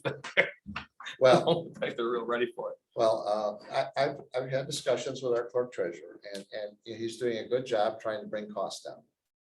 And one of the ways we can bring our insurance costs down is by adding a lot more people, employees to the high deductible plan. I believe right now we have 46% of our employees are on the. It's actually 61 use the 61? PPO and 46, it's almost 46% because it's Almost 105 46%. total workforce. And he has showed you an analysis here. Michael, why don't you go take over and tell him the cost savings? Mr. President, You thank really you. know the details of it. Mr. President, members of the council, you have a sheet that looks like this, and it's proven with a spreadsheet behind it, with the highlights, so I'm just going to go through with it. The council asked at the last time that we discussed this for you, how many workers are in each plan? You have that before you. 61 are in the PPO plan, 46 are in the high deductible plan. We basically pay for the workers who are in the 61 workers who are in the PPO plan, $1,603,994.16. That's before we take into account the premiums that are paid. As you recall, we have a curious premium, a worker premium amount, which basically is 1%, 2%, and 3% of their pay, not based on overtime or anything else. It's essentially divided by 26, and we basically divide it on 2,080 hours, whether they're salaried or not, and that's how it's allocated. And we allow for 0.5% to be taken off if they participate in wellness. You also previously allowed for, that's the 1.5, I believe it's 1%, 2%, 3%. And if they participate in wellness, those are 0.5% below that. And if they are already in the high deductible plan, their premiums are half of that. So their premiums before wellness are 0.5%, 1%, and 1.5% of the pay as I described it. So we've created that incentive, which I think helped contribute to the 46 workers getting in. Now, the premiums that we currently pay, which can vary based on that rubric I just gave you, is roughly $76,604.58. That gets allocated based on the fund that is the home fund for the worker. And so the net annual cost of this currently is 1.527 million. But that net annual cost is not what we're going to look at, because as Councilor Shockey asked, tell me what's going to happen when we have 1 year where they don't pay premiums. Will we still get a benefit from that? And you will. So you take the 1.63 million and you take all of the high deductible costs for current PPO workers. Let's pretend all 61 convert. All 61 convert, you basically would lower the premium to 1.3 million annually. If we add in the HSA as you currently have authorized it, the employer contribution to their health savings account, that still would mean that the net annual cost would be 1.436 million as compared to 1.6 million. And that means you have a savings in the first year, if you do this, if everybody does it, of $91,236.34. In terms of decision-making economically, it passes cost benefit. It also passes economic feasibility. So really, you ought to want to do this. And that savings, by the way, goes up every year thereafter. So the gap between the high deductible in terms of the premium we pay as an employer, even when you take into account the employer's contribution to their health savings plan, which means that even for the family plan right now, their out of pocket would never be higher than it would be for a single person. That's how generous the town has been. You still have a $91,000 savings. And in a second year, that would go up to $244,445.50, assuming the same set of premiums and the same set of contributions. I won't forecast how that would alter, but in order for you to get a fair comparison, I had to control for that critical assumption that things would remain the same. We think that this is a policy the council should embrace. We'd like you to adopt it. So going into the open enrollment, which is going to start in late October, early November, where we do the training and we actually talk to all the workers about things they ought to sign up for in our plan. Our hope is that you would let us have that in place. So that could be a standing policy, that if you leave the PPO plan, the first year that you go into the high deductible, we'll waive your premiums. And if you do all the wellness, your premiums are awfully low to begin with. We think that's a good idea.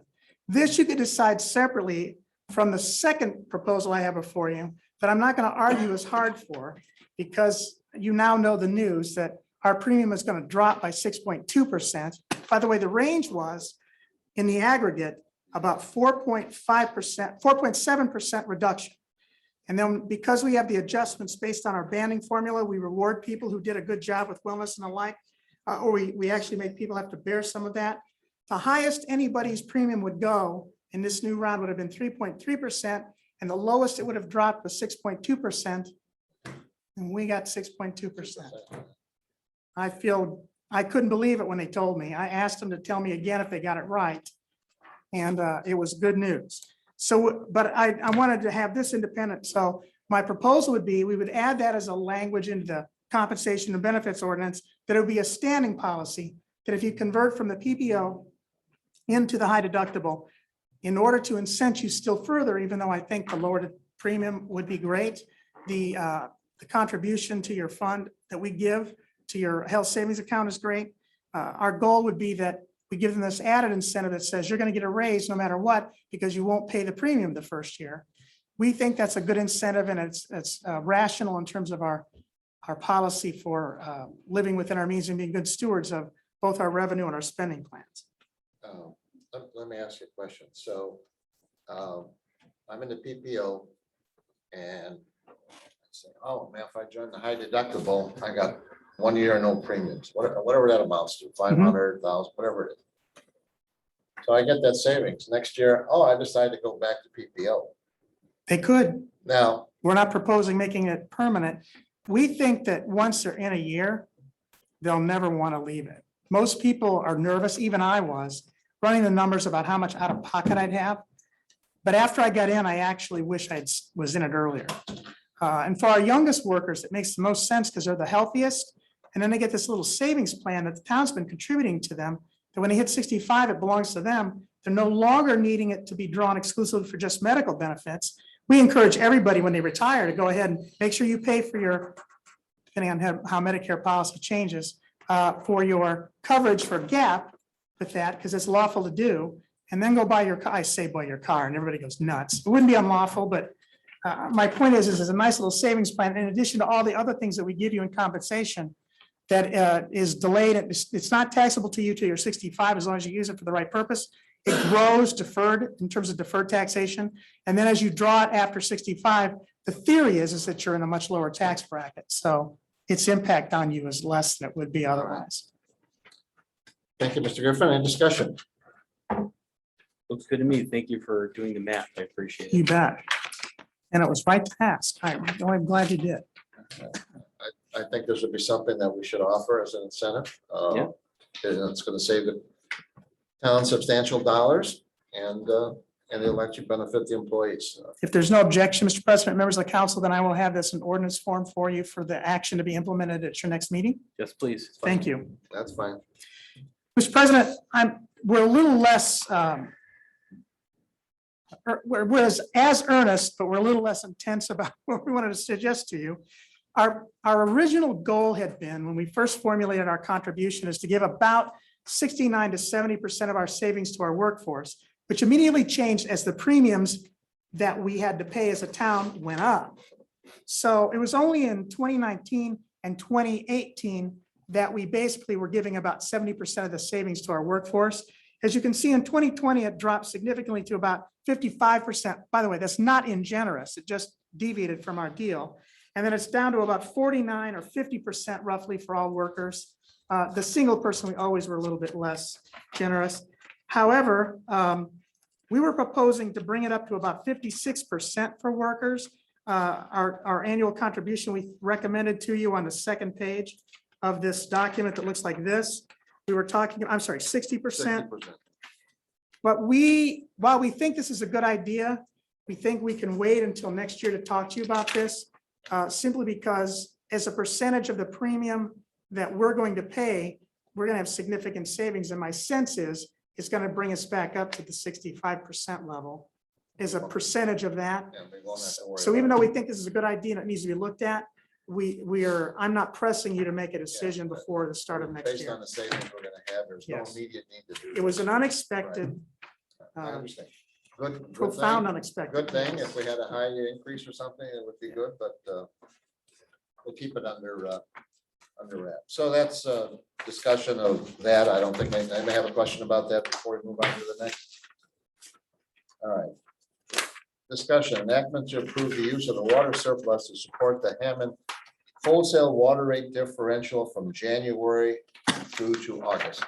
As you all know, the town and we have agreed to pick up the increase from the Hammond water increase all the way from January through August.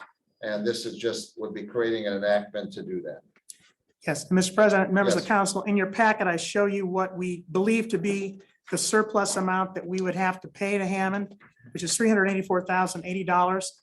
And I show you what we believe is in the cash reserve fund as of August 31st. The cash reserve fund, even though it's under the aegis of the water board, it does require action by the council to be used for transfers that support the budget, as well as for it to be authorized for another use. So I would like to have that ordinance ready for you at your next meeting to authorize this other use.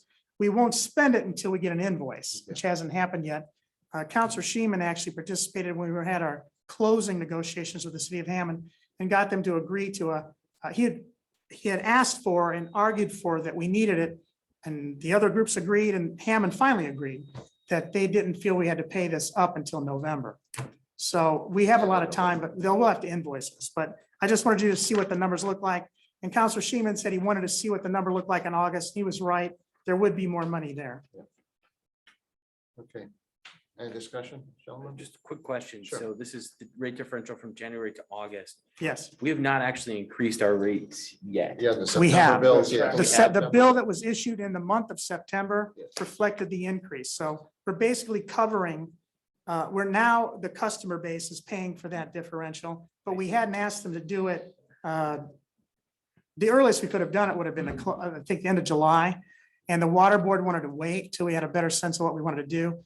This is considered a wholesale rate. Under our current rate scheme, we basically have to give one billing cycle notice to the workers, to our customers, which we did, and then we can impose it without any action. We also expected we were going to do something else with their regular retail rate.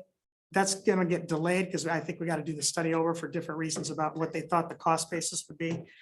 So we're going to have them actually pass a resolution that ratifies it, but there's nothing that comes here in the form of a hearing, because that was technically a rate that was built into the rate schedule that was approved by in 2012 that goes through that larger procedural scheme where the public hearing takes place. I got it. So it was already in place. Yes, Well, you just have to I'm- give notice. I'm glad it's in place because we got our last water bill and I got screamed at for taking too many damn showers, man. So I'm down to one a week, but now I can maybe start taking two.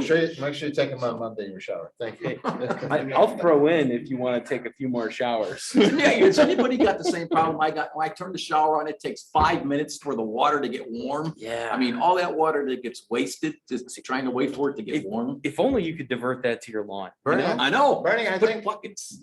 there's sometimes you may need a cold shower. All right, let's go on to the next thing. Discussion. Amending our animal control code to include a restriction on the sale or disposal of cats, rabbits, or dogs to eliminate the so-called puppy mills, but allowing collaboration by pet stores with animal care facilities or animal rescue organizations to offer space for such entities to showcase adoptable dogs, rabbits, and cats. Chief, do you want to chime in on this a little bit? Where did that draft come from? Mr. President, members of the council, this was at the request of Counselor This is Zeman. a- He got this from Humane Indiana Yeah, as the this is- sample. No, Okay. there's two separate ones here, okay? The one that Bernie has right here is the one you want us to adopt, like a, Mhm. whatever you call it, This of where we don't want puppy mills. something like that, like, yeah. Yeah, this actually is, it achieves that end by barring the sale of cats, dogs, and rabbits by any pet store in Highland. This model ordinance from Humane Indiana. So what about, I haven't read it, so I need to probably do that, but does this include like individual homes? Because that actually happens in town where Well, there's people that just breed the heck out well, of you know, dogs. Mr. Shockey, the point that you have, Bernie has dogs on it. You know, Got a that you have dog. Occasionally. No, but you have had some litters that people. we actually My have. dog. we The actually model have an ordinance only ordinance refers to pet that we're looking, shops. animal control would like for us to look at to adopt. And how it came to head was over on Jewett Street, they went in there, I don't know, like 2 or 3 or 4 weeks ago, and they removed how many? 8. Yeah. And we have no, in our ordinance of how many you can or cannot. And how have. many dogs you can have. Right. Because it would seem like, I mean, after about 3 dogs, it gets a little hairy, I would think. Yeah, exactly. Literally. So we do have an ordinance that's put together by the police department. I'll circulate it to you to look at it. Okay. And then, because they like it, because we have no teeth right now, and that person who had 8 dogs, it's like, okay, well. Yeah. what do you Well, have? I think a lot of this is still geared towards puppy mills popping up here and there. Sure. And the problem now we have at the Humane Society is there's just so many animals there that, you know, they need to get adopted that are caught or trapped or whatever. Right.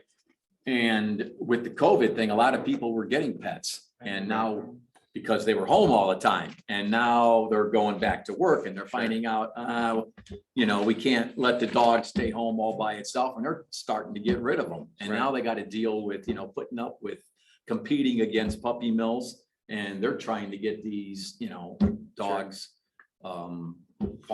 taken, you know, adopted and they're having a problem with this. So what this basically, I think the original ordinance here, Michael, came from a lady that's the head of the Humane Societies in Indianapolis or something.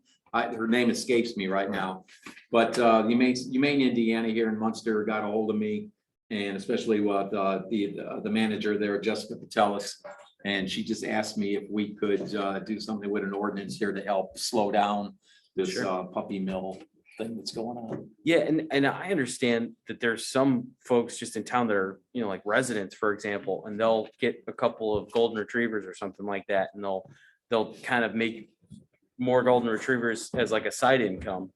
And so, you know, that's an interesting, you know, because I'm wondering, should we have something in this ordinance for private individuals as well? That's what Because, he has. yeah, that would be great, I'm thinking, because, you know, one, having like 12 dogs in a house is probably a little questionable anyway, but then the second thing is there are standards for breeding animals, right? Like theoretically, an animal could probably breed every so many weeks, right? But is that really healthy for the animal, right? Like maybe it's only supposed to be a couple times a year or something like that, or once a year for a litter.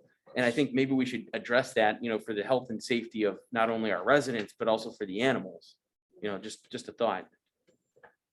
Is there some kind of state ordinance governing an individual from raising, you know, pets out of their home and selling them? I don't know. I don't know. I believe it's more doing so humanely. Yes, Right. the chief is correct. Okay. And it's more up to localities. We've taken it from code enforcement, that they're actually operating a business out of their home. A Right, business that's not permitted in that zone. right. And, Or licensed. yes, and they're having 3 or 4 or 5 litter, wait, no. Yeah, it's- exactly. That's where we've been hitting with, yes. Yeah, and it'd be one thing if, you know, you just happen to have a couple of dogs and you want to breed them, and then maybe, you know, you give them away to your friends or something like that. And then you get the dog fixed and. Right, Yeah. right. But it's a totally different thing when you're basically having a cottage industry out of your house, Mhm. right? I mean, and that's Right. I mean, I don't know if we could amend this or merge the ordinances to include that kind of thing too, because if the end round around it is to not have a retail establishment, but to essentially just do it out of your house, that's a problem. Right.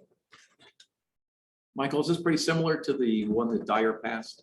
I don't know. Oh. In fact, I basically reviewed this to get it ready because Jessica had sent that to you. Mhm. And I haven't looked what they have. If you say they've adopted something with it, they'll all get it. Okay, I know they got a couple weeks ago, they did. Okay. So, Mr. Zeman, would you want to take this, what's proposed, and compare it to other towns that they have it? Oh, sure. Report back to us what you find. Oh, yeah. Yeah, I'll get Dyer's and I already sent the copy of this to Jessica. So, yeah, I'll follow up on, it. Yeah. Any other questions about this? Okay, let's move on. Desirable amendment to the Highland Municipal Public Depository and Investment Code to allowing our language with the change in state law. Mr. Griffin, you want to talk about this? Thank you, please? Mr. President. Mr. President, members of the council, we have a comprehensive adoption of the state investment law. It does have a provision in it that says as amended, we've adopted it as policy. However, I wanted to make sure that there was no reservations about this. We intend to purchase, as you know, the park board's going to allow us to buy essentially about just under 400. It'll be $380,000 worth of their bonds in 2 series. We're going to invest it from surplus we have. It's lawful to invest. This language in here is right out of the statute. We'd like it to be in our code. Since talking to other people, we also will have to have language in here about the maximum length. That same investment law doesn't allow us to go further than 5, but our ordinance needs to say that. So I would like to be able to have this on your agenda for next week. All you're doing is updating our language to be consistent with what the current investment law says. And it will be helpful and timely because in October, our expectation is that we're going to buy, the bond will be issued in 2 series. The park board's aware of it. And we're going to buy part of it that deals with the useful life of the assets that are in there. They're not as long as 10 years, which is much lower than we usually have done. We've done as far as 18 on those things. And it'll be 5 or less years, which is more consistent with the useful life of the assets that are being purchased for that component. It'll be done the same day. People will bid on it. They'll get the money just as much as they would have gotten it before, but it'll help us by diversifying our investment portfolio with a new asset and doing better than we were. And secondly, it'll help the parks and taxpayers in both cases because they'll get a lower component of their borrowing costs because we're not going to be market competitive. We're toying with the idea of doing something like 25 basis points less than the lowest bidder for this particular instrument, or 1%, whichever is lower. So we feel like we'll get a good return from that, and it's good for everybody. We can't charge free because we're buying bonds. They're still going to be bid, and there is a time value to money. The taxpayers need to be recompensed for the delayed use of the money that's being put to use for the parks. But we're doing it below market rates, so everybody is really doing better than they would have otherwise. Any discussion? I think we talked about this last week too. Yeah, Okay, let's move on. Let's move on to a biggie. Chief Timmer. Thanks for sticking around, chief. I should have just called you when I give you a 10-minute warning or something. All right.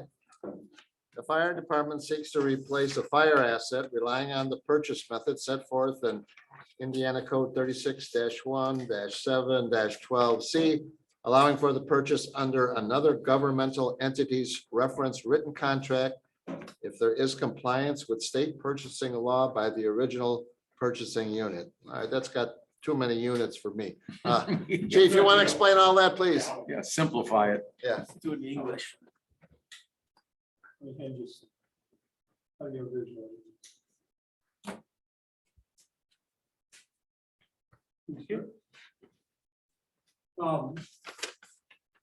never thought I was gonna say this. This particular piece of apparatus to replace the struck one, which is the cell fire station. It's the telesquirt, or as Michael likes to call it, the quint. This is the first time I've actually bought a truck and had to go through its whole life cycle. It makes me feel old. Oh, wow. It makes me feel old. That's good. Now, I'm in good company because Michael I did it was, for me. it's And fine. this was the first one that he bought, right? That's right, with the lease back finance. With the lease back, so. So now the big deal here is.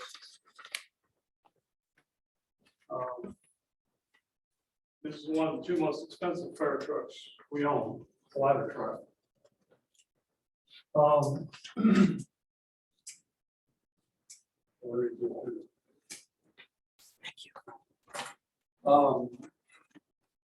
It's $1 million, guys. There's no good way to say it. We've been kind of looking around, shopping around, the last 2, we bought on a 2-for-1 deal. That were the 2 pumpers that we put in service at South or Central Station. We bought from the company that went bankrupt and then restarted. So we made a pretty good deal there. I think we bought those at $250,000 a piece. They listed initially. They were put on a purchasing program like this in Arizona at like $650 a piece. So through the bankruptcy and then holding them so long, it's on a good discount. I just can't find one of those again, you guys, because if I could, I would. What we did find was if you get in there about 3 pages back, there's a thing called here, Galveston, Houston, I think the chief, Houston, Galveston. It's what Michael referred to in the ability to use somebody else's bid package. The HGAC buy, you see that in there. The beauty of HGAC buy is that they bid this stuff out of HGAC, they make it available to anybody in the country that would like to add on to the initial contract. The beauty of this particular contract on the truck that we're looking for is it's almost at its maximum life. It's, I believe, somewhere around 20 months in. So we've saved all those cost increases over the last 20 months, which are significant. So that's one way we're saving money with this thing. Can you rebuild it, chief? Can we rebuild? We looked at that, and honestly, the chassis that it's on and the boom that it's on, both those companies are out of business. So to go into we talked about that. We really looked seriously at it.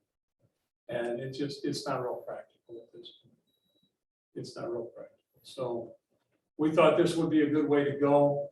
If you look on that, that HGAC buy, one of the things that they offer is an early payment program. I'm sorry, right down at the bottom of that first page, prepayment discount of $30,949. We've done that in the past too. We're prepaid for a fire engine. So I'm trying, you guys. I really don't know how to get this thing. $8 scares the hell out of me. It does. As you see, the bottom price is $999,313 with all those options listed. And the beauty of this HCA buy is I can talk to the manufacturer. The price is already set. We don't have to go through a bid process. It's already been done. It's already been done. So it's really easy for us to go in there and say, well, is this worth it? Is that worth it? Can we do this in its place and things like that? So that's kind of the lure to it. Mark, in response to you talking about rebuilding it, on that first page, the one that's got the little fire stickers on it. I will tell you that I am not the most 25 years is the magic number in the Highland Fire Department based on a whole lot of knowledge from a whole lot of people. We spent $17,000 or $18,000 this year starting to repair the 25-year-old fire truck. That 25-year number, as pretty as it was, as well as we maintain them, in about 25 years, they literally start to deteriorate.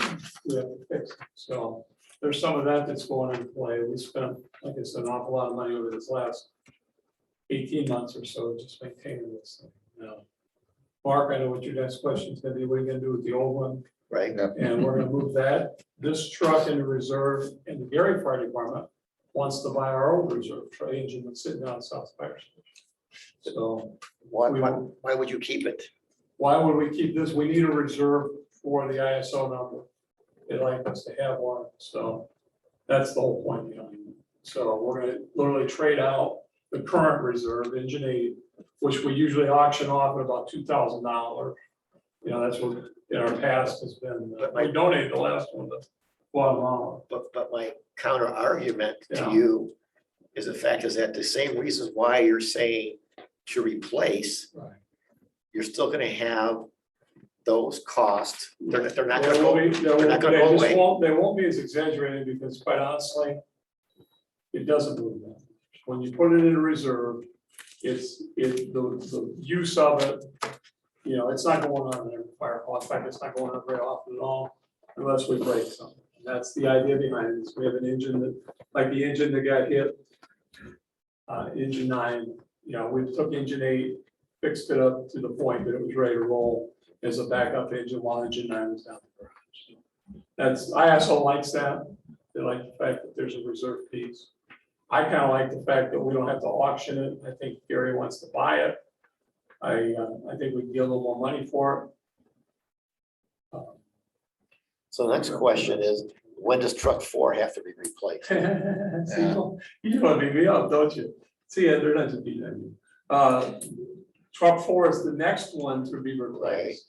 It's a 2000, so in 5 years, we'll be looking at that. So, Chief, is this the first time you're using this method to buy? Yes, this particular method to buy things. And in the past, you just went out? We've either bid it or we bought the ones, the last time we bought- declared an emergency and bought them because it was such a great deal. Yeah, you got a good deal on that, the last truck, Yeah, yeah. it's a steal. The purchasing law allows where you get an overwhelming discount to be able to forego the bid process to make a purchase. I see, okay. I asked Michael to do a little research on this particular process with a couple other places in Indiana that used it. I'm hoping he heard good news. I'm waiting to hear back from the people in Danville. I am going to talk to Merrillville and ask them and give them something. I'm going to talk to Merrillville about another matter. I'm going to talk to NERC. What I need to have clear in my mind is the way that the law is set up. We either buy it through the department that has the deal with this group, or we can buy it directly from that group. So what I'll have to do in either case is get the contract so that it's clear that it followed Indiana law, because it talks about Indiana groups. I put that in your packet. But I do believe it's doable, and it does save us the steps of having to bid. There's not a state purchasing quantity purchase agreement for this sort of thing because the state doesn't use fire trucks. Municipalities do. So we have to look for these kinds of ways. I think at one point, Indianapolis was offering people to get their same deal. They have different design requirements, but This seems to be about the best fit for us. The departments we've talked to that have used it, this HGAC consortium is nationwide. Couple of different cities and town magazines and things like that that have done some research on it. Everybody seems to be comfortable with them. That's why I pointed Michael to a couple of places in Indiana, knowing that he can talk with their clerk treasurer and see how comfortable they are with it. We can bid with them. I can tell you that. We can bid it if we have to, but we won't get the benefit of those 20 months or so. It'll be current price. Talking with Emergency One, which is these particular folks, they're anticipating a price increase as everybody is. Somewhere around the first year. Chief, do you know if any other local community has used this option before to Yeah, I think we purchase? said Maryville. I think Hammond has used it in the past. Danville down Central Indiana. I believe there's a list of, I can provide you with a whole ton of lists or ton of agencies, including NERC. They buy fire trucks with.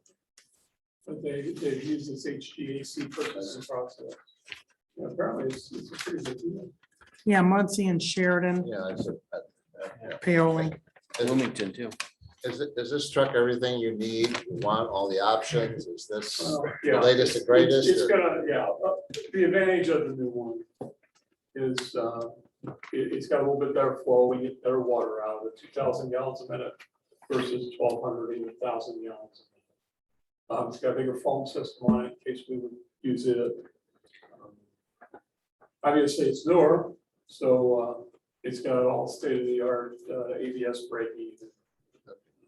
Things along those lines, which whenever you're buying a new, obviously you upgrade new electronics. One we're trying to replace, the valves on that were, we used an electronic open and close system on it. It was built by Elkhart Brass. Elkhart Brass got bought and they discontinued that particular system. So now we have to go back every time we go to fix that thing and kind of piece it together. We've been successful with it, but it was not as durable as what I would have hoped.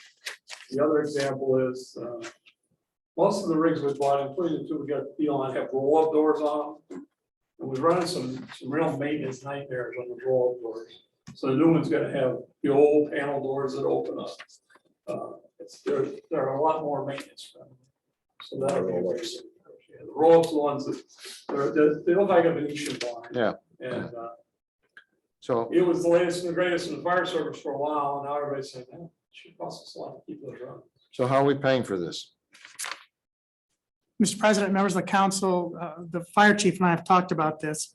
We have been in the last 2 cycles of acquisition doing capital lease purchases. And the way it works is we effectively pay a rental payment that goes towards the cost of acquisition. The lease company, the lessee, actually the lessor, basically pays in full to the company for delivery.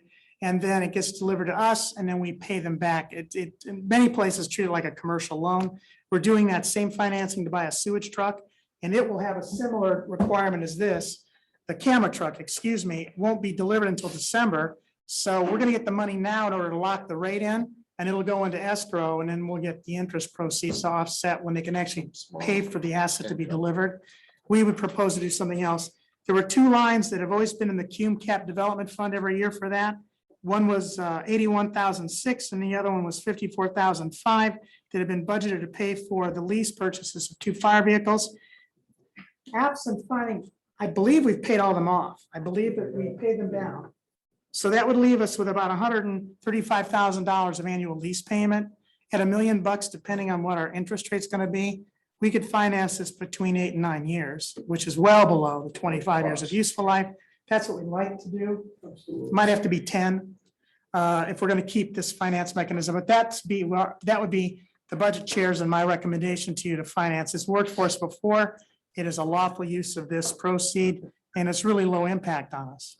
So I see in the purchase order, there's a $30,000 discount for paying up ahead of time. So we're not gonna get the truck for maybe almost 2 years. Right. When do we have to pay up front? Now? And they're gonna have our money for 2 Yeah, years? I would think so.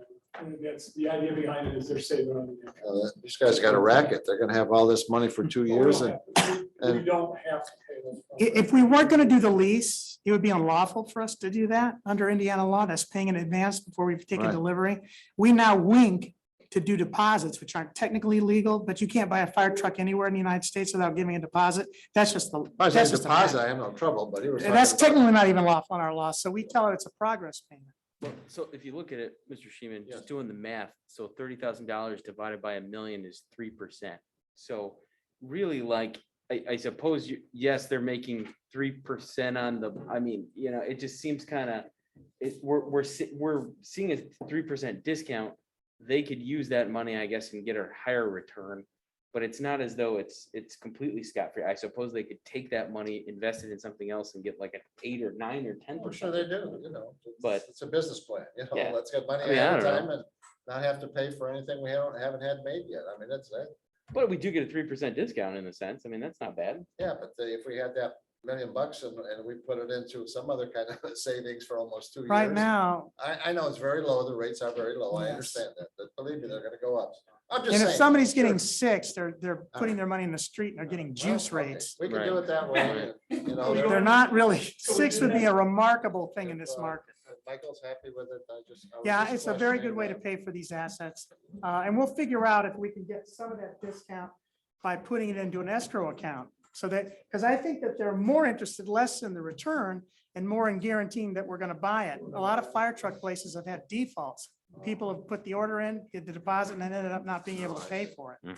They would really like to pay for it, have us pay Sure. for it. So they may allow for an escrow to be proof of payment, that they're the beneficiary at delivery, and we can give them a little progress payment. Well, isn't that how we got a fire truck, maybe like in the 08, 09 market We got crash? 2 fire trucks, what about Right. 7 or 8 years? That's how we got the discount on Yeah. it too. Right, We because basically some took other advantage of some community of the essentially advantages. obligated themselves. Exactly what we happened did. Was, their MRP system Uh-huh. malfunctioned. And so that's what happened to MRP, and they kept saying to produce. And so also they had this yard full of fire trucks Yeah. Wow, and no orders. wow. You know, That is somebody's job they just lost. Well, Oh my God. That's what you call a fire sale, right? That's right, Yeah, exactly. it involved Chrysler, Mercedes-Benz. Wow. And American France, which was a company in the Freightliner group of all that. Wow. And then this corporate raider came in, she's ruthless. She literally bought the company, bankrupted the company and bought it back. So. That happens. I just, but Sikorsky Helicopter was another one of the companies in that group, so I think you guys heard that. But anyhow, this one is Like I said, the beauty of it is we've got all the pricing, so we literally went through with the committee and said, well, this would be a good deal, but maybe not this. You know, those kind of things. We're able to do that with the pre-bid package with this. So are we inclined to move forward on this? Any questions? Sure. Think so. Mark? Just real quick, I want, Chief, educate me real quick here. The 2 trucks we purchased 10 years ago. What's the difference between those 2 trucks and the truck we're looking at now? It doesn't have a ladder on it, it's probably the most. So how many trucks do we have with ladders? Just that one? We're good to. So number 4, like you mentioned? Truck 4 and truck 1. Okay, so we'll need another truck similar to this in 5 years. Yeah, the bigger one, yeah, the ladder tower. Now, that one we did rebuild. Mark's on to something here. We had that one rebuilt. Unfortunately, American France is out of business now. That was one of their, they did Indianapolis, they did Miami, Miami-Dade. They were all over the country remanufacturing these fire engines. I think if I remember right, it was either 500 or 600,000 is what we paid for a remanufactured fire engine. And they loaned us one while we were having ours fixed. So we've been making some pretty good deals. This is about the best deal that I can find right now. If I can get something, maybe go out of business, but So is that what we have for mainly 4 fire trucks? We've got Plus the small. engine 7, engine 9, engine 5. We've got truck 1 and truck 4. Okay. And we've got the heavy rescue. Okay, so those 3, what are they? They're not ladder trucks, they're considered what? They're pumpers. Just pumpers. They're engines. Oh, yeah. Let's see, make What it color will right this there. truck be? What color this one's gonna be red? Oh, that was, Mark has been around way too long. The guy that remanufactured the ladder truck at American France, he said, I'm not, that particular chassis was the first one of those. It's called Eagle chassis. And he said, I'm not gonna paint the first American LaFrance Eagle chassis in the Chicago metropolitan area yellow. So the guys at the factory happen to be Pittsburgh Steelers fans. They said, this looks just like the Pittsburgh Steelers. Well, that's what they still call it the Pittsburgh Steelers. So it's crazy. You guys, I'm gonna tell you what, these things are hand built. They are absolutely a labor of love.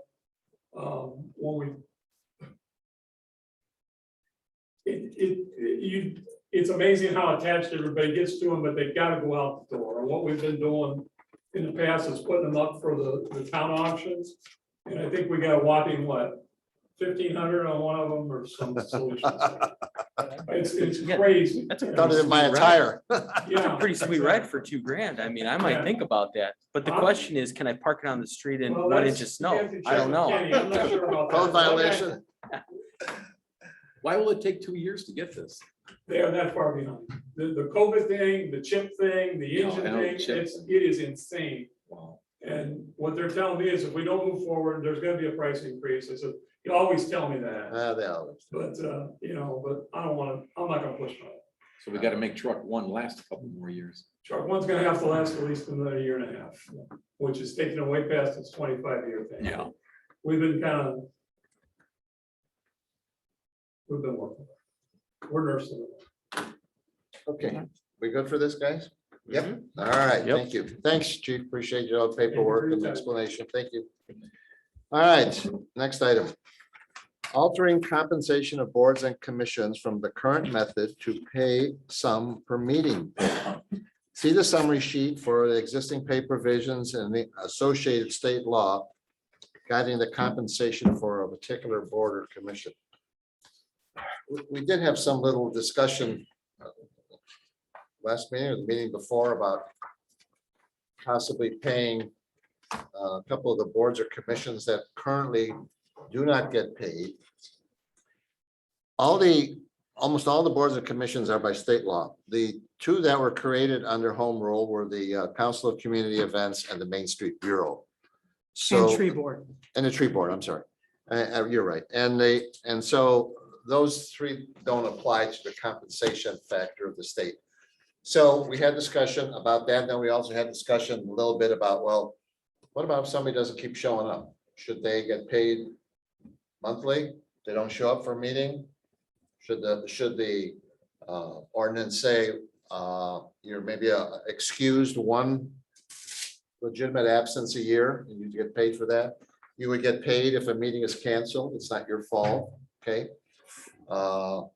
You get paid if you got COVID, obviously. But you wouldn't get paid if you just didn't come to a meeting a certain month.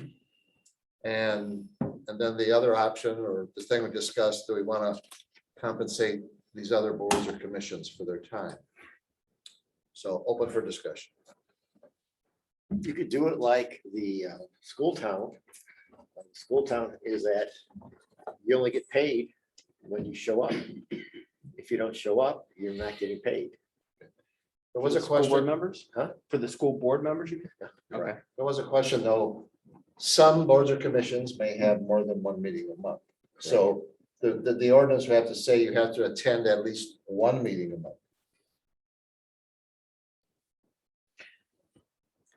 I would hope they would attend both of them. Well, Yeah. but sometimes there's emergencies. Sometimes the sanitary or the water board may have an emergency meeting or something. For example, I missed a plan commission meeting when my twins were born, right? Like I felt like that was a legitimate excuse because I didn't want to get killed by my wife. So, but How much did you miss that $20? yeah, well, right, exactly. I mean, I would have it's- traded in the $20 for sure. Yeah, But exactly. but Yeah. it was a situation where, I mean, I would like to $10 a think that kid. we could probably, we could probably cover somebody's absence for the birth of their child. You know what I'm Well, that saying? would Like, be a legitimate, of course, a legitimate reason. So, and then on top of it, I understand that we've been paying this $40 for most of these since this thing was initiated. How long ago? We haven't raised it. It has been at this level probably since redevelopment commission is relatively late because their law at first didn't say they could be paid and it got changed. So they're not as long, but they mimicked the pattern that we had for everyone else. So it's been at least 35 years, which predates me, but I know I've seen ordinances going back that far. So 35 years ago, It's 40 50 bucks a wasn't month for bad the gig. president. Oh, and yeah, 40 for the really? member. Wasn't a bad gig. So I'm think we should raise it to at least 50. I mean, that, if we put this whole thing together, that's just my opinion.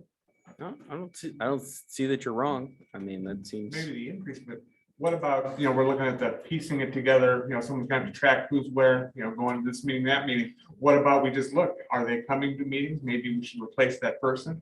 Well, of course, that's part of it, and the chairman or the head of that board or commission would have to send the information to Dawn that, yes, this was the attendance for our meetings. Yes, that would require a little paperwork from those people.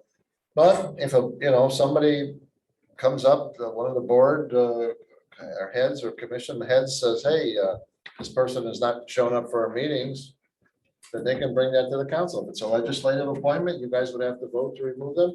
If it's an executive thing and he recommended that person be removed, I can remove them, of course. That's just a normal kind of procedure, Tom. Right, guys? I mean, I'm fine with the $50 bump up, Sure. but I'd still like it if you have two planning board commission meetings and you miss a meeting, you don't get paid that day for that meeting. If you want to appeal it, feel free. I mean, with circumstances like yours or somebody's something, gonna but say, well, I went to one instead of two, so I Well, I mean, get 25 bucks. I'm just saying. how many times have I heard, I'm going to a Cubs game that night. I'm going to a White Sox game Oh, that yeah. night. You I've know, heard it's, that, yeah. that's not really, it's like, hey, you got $150 to go to a baseball game, losing your $25 isn't gonna kill you. Right. So what are you guys in favor of? Let's have some quick opinions. Well, I'd like I think cheaper to go to a some White of these Sox. boards should be compensated, like having been a previous liaison to the council community events, those people do work hard. Albeit there may be other issues. At the end of the day, when they put on an event like the, like the parade and the 4th of July festival, honestly, they put a lot of effort into it and they're probably working harder than many boards and commissions. So I think that they should be paid just as much as the water board and everybody else. I just want to remind you, if we do that, there are, I believe, 7 voting members on the Council of Community Events, right? 6. No, it's much bigger than that. How many? You have 9 that you appoint legislatively plus 4. So you're talking about compensating 13 people now. But I'll bet you, Rogers, 13 people have never showing up to a meeting. No, I understand that. No, So no. you're not, if we do it the way of You're absolutely right. come and get paid, Yeah. you're not gonna be paying That's 13 people. Sure. And I will tell you that Main Street can have up to 21 members. Yes. So now you're talking about, it starts accumulating. It's not Right. just 5 members of the board or commission. So I was talking to Kathy, she's not opposed to eliminating the number of voting members or members of the Main Street, and we could change that ordinance because it's a home rule thing. So, and we could do the same thing for council of community events. It's up to you. I would like to say this about the council of community events. If they're working 5 days or 6 days during the 4th of July, I would not be opposed to give those who work those whole week an extra $100. Yeah, that's probably, That week is brutal. Especially the ticket booth. well, yeah, well, at least there's air You're in the conditioning. beer booth, come on. Anyway, but you understand, they're there morning till night. Yeah, I know. They work 6 days, the setup 5 days, and probably even some the day after to make sure everybody's gone. So meeting is fine, but I think that week, if they work a whole week, I think they should get $100 extra for it. That's my opinion. It's probably not even close to being enough, because Well, if I'm you take a saying- week off of work, which they do. Well, You some of know? them don't have, any yet, but I'm just throwing it out there because I think that week, there's so much intense and so many long hours that they put into it that just the $50 for the monthly meeting or whatever doesn't come close to what they deserve to do that. And then we gotta remember, they've been doing it for nothing for years. Yeah. So that's just my opinion. Well, I mean, you could have the president of the CCE decide after it's all over with, which people deserve that $100. So. Well, so I'm curious, like, and this is maybe a different day, a topic for a different day, but honestly, we may want to consider employing somebody to do more of a full-time basis, event planning for the town. Because I know they do that in Griffith, for example, and it seems like we're running on shoestrings when it comes to some of these events. Mr. Herrick would be quite qualified. He's done such a good job on, planning all these things. Especially beer booths. And beer booth, and now he's with Main Street, and I don't know what else he's gonna plan. And he's in there, he's getting everything done, so I would definitely consider Mr. Herrick for that position. He's qualified, all right. Monday Night Football, by the way, Monday Night Football, Yeah, we're just burning. November 8th, Anyway, Bears versus Pittsburgh. Oh, well, interesting. well, Hold down highway from. there'll be a short agenda that night. Anyway, so what do you think, guys? You want to CCC? What, I'm just throw some out. What do you think? I like it. Do they want to get paid first of all? Yeah. They do? Yeah. Because when Liz was here, No, I think, I mean, they're not gonna turn down the because Liz was, $50 a month. Liz was kept saying, we're volunteers, so. Right. That's fine. Yeah. They're really working hard on this trunk and treat right now too. So, Oh, by the way, there's like, all of these towns are in a trunk or treat. well, I know All of a churches, sudden, they took everybody. all- Stole it from us. Yeah. I just Anyway, want to advise the council, if you decide to pay the Community Events Commission, which I'm not objecting to, you're going to have to basically commit to a recurrent revenue source. Because they've had a lot of variability based on weather and the like, because they rely almost entirely on the gross percentages from the rides. And very little that comes in from the fees that go for the vendors that are there. The one thing that we've seen, the 2 times we've experimented with it, even the first time, which wasn't as productive as this time, you're gonna have to almost commit to some kind of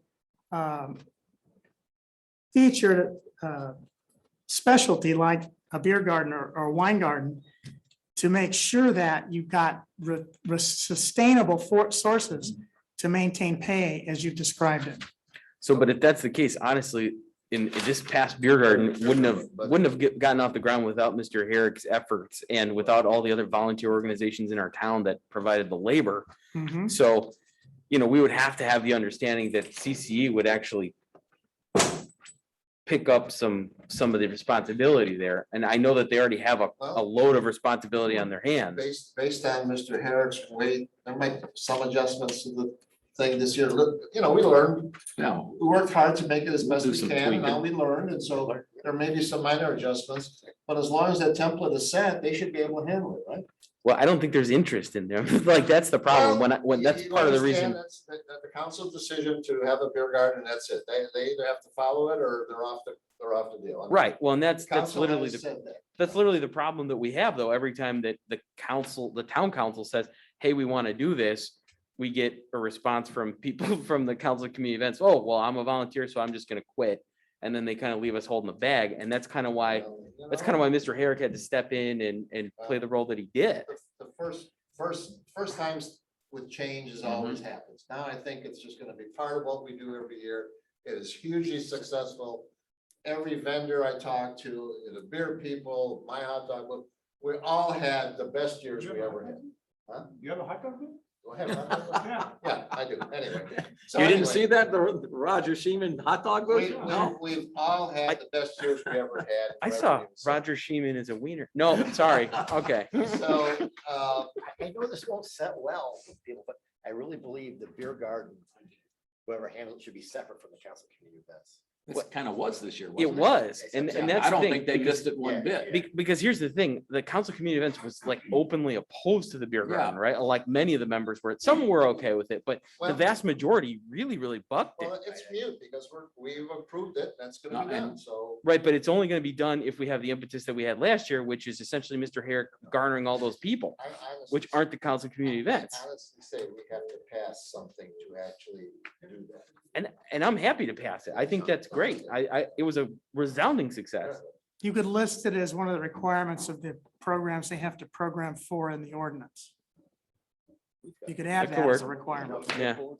I just want, I've got their budget for the year, I mean, they got $74,000 in the bank here. They don't, but they haven't budgeted for that. And that $74,000 is almost entirely because of Oh, I the understand that, beer but- garden was but when you remarkable. say, what are we gonna pay them? I mean.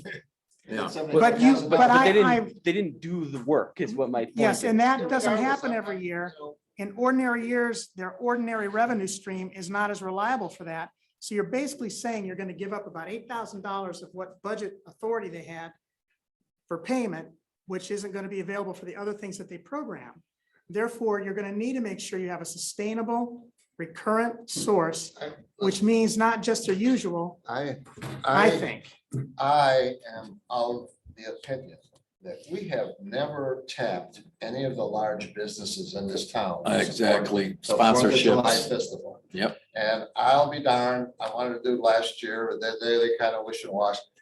I told them at the CC meeting that I was a couple of months ago, that we are honestly, we've got to do that. Strike Van Til sponsors something in every other town around us. What do they sponsor here? Nothing. How about all the big car dealers?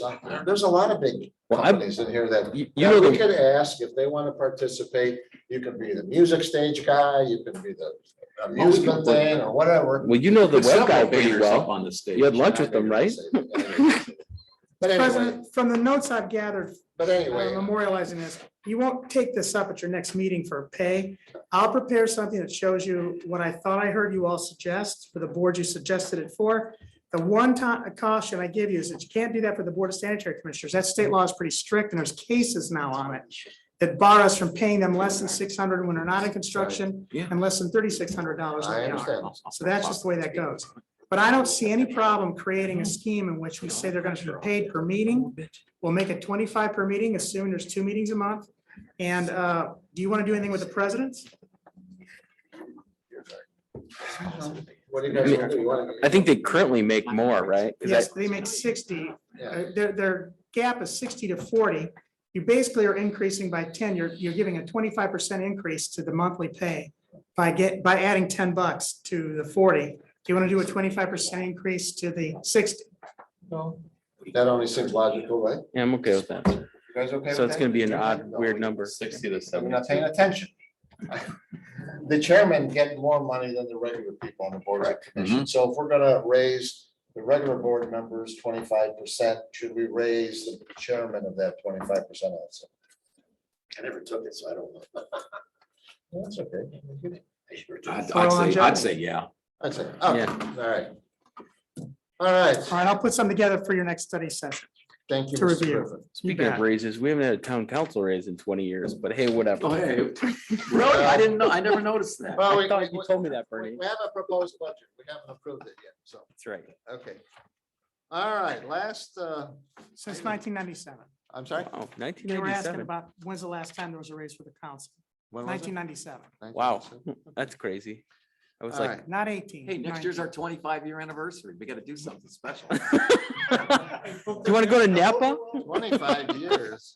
All right. Mr. President, this God. last matter All right, is guys, not very it's- difficult. It's 9:15. Let's get I the can last quickly thing. review it with you. I'm sorry. Since the time that you've passed your COVID stipend, we've been advised that 3 people need to be added to the part-time worker list on one of the lists. That was an exhibit, you recall.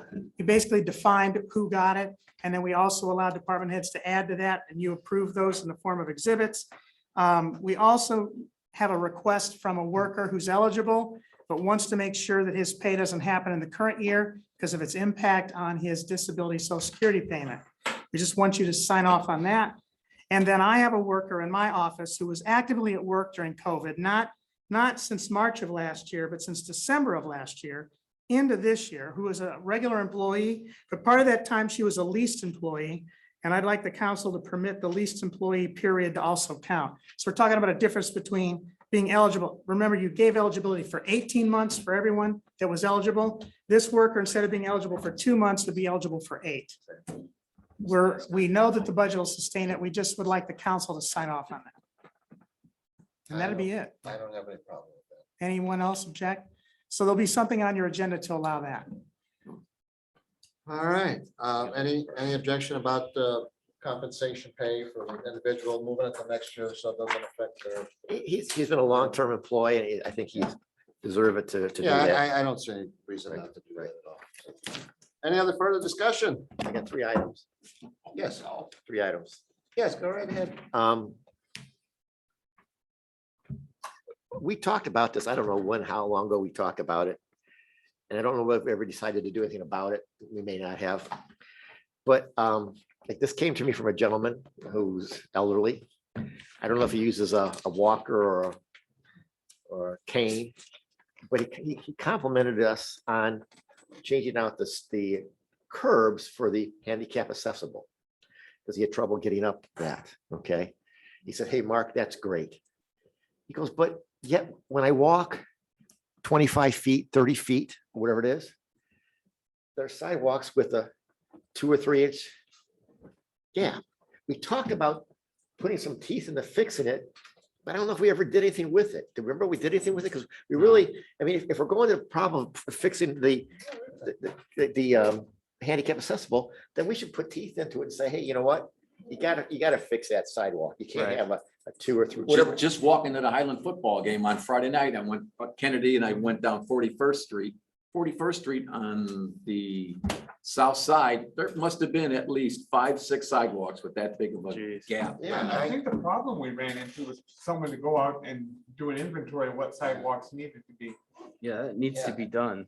Actually, last week I mentioned to Alice and Carlos that were sitting here, if you actually go down Ridge Road side of the park, Mhm. there's By that the one tree. huge big tree, By the and that- tree. and that sidewalk is like that. I said, you guys gotta fix that. We're probably gonna have to cut that tree down or cut the roots to fix it because it is dangerous, you know, on the sidewalk.